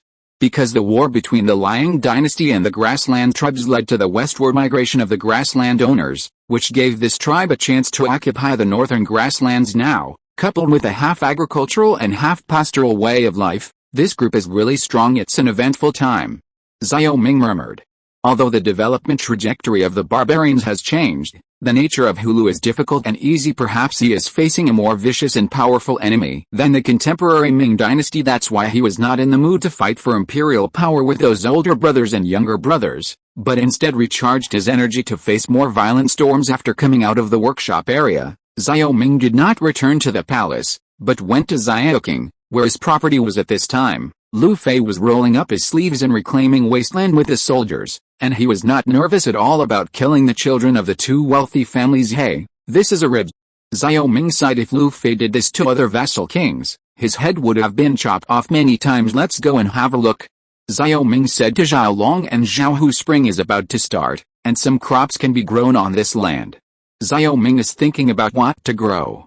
Food is naturally the main thing, but things like cotton can also be grown in the early spring. People and snakes seem to wake up from hibernation like snakes. Throughout the winter, Xiao Ming didn't want to go anywhere. One is the snow blocking the road, and the other is the bone chilling cold. Now he can finally ride his horse and let the cold wind hit his face. At this time, some residual snow can still be seen on the banks of the Zhaoqing River, but there is no ice layer on the river surface, and occasionally a few wild ducks can be seen swimming around in the river water. In front of him stood 3,000 new troops, with hundreds of oxen working in the fields. The soil is flying, and the smell of spring mud gives people a natural taste. Your Highness. Seeing Xiao Ming coming, Lu Fei ran barefooted from the mud to the ridge. How is it? Your Highness, Is it alright here? It's pretty good. Has all the land of this king been reclaimed? No, but it's not too much? I promise to reclaim and play before the spring plowing. Lu Fei assured Xiao Ming, patted Lu Fei on the shoulder. Seeing a soldier passing by was driving oxen to plow the field, he suddenly became interested and said, "Let this king try." The soldier was startled and stood there, not knowing what to do below, but looked at Lu Fei. Lu Fei said in astonishment, "His Royal Highness wants to drive cattle? This is the job of a villager in the countryside. His Highness is the King of Qi, which is a loss of identity." Xiao Mingke doesn't care about who is or is not, let alone that contemporary leader can't make a show. Although he is not a show, it is just for fun, but this is also an opportunity to communicate with the soldiers. Maybe in the future history books, there will be a story about him and the soldiers sharing weal and woe. Therefore, in Xiao Ming's view, such activities should be attended more. This is also an opportunity to establish his image in the army. It's okay. Xiao Ming took the rope from the soldier's hand when he spoke, and skillfully drove away the cattle. In his previous life, Xiao Ming was also a child in the ravine in the south. He dealt with water buffalo a lot when he was a child. At this time, he was no stranger to picking up a rope, and he skillfully drove the cattle. Lu Fei and the soldiers were even more surprised, and they were stunned. This King Qi changed the image in their hearts again. This is Lu Fei shouting to the soldiers who are plowing the fields, "Everyone, work harder. His Royal Highness King Qi will personally go down to the fields and plant the fields with us. Before the spring plowing, we must cultivate this land." The soldiers in the distance didn't know what was going on here, but the news spread quickly, and they whispered suddenly, but then, they seemed to have infinite strength again, and they worked vigorously. Xiao Ming's unattainable image also became close in their hearts. End of this chapter. Thank you very much for reaching the end. Don't forget to like. Looking for more exclusive content and immediate access? Subscribe to our Patreon. Remember, every like, subscription, or donation encourages us to continue. Thanks to everyone. See you in the next video.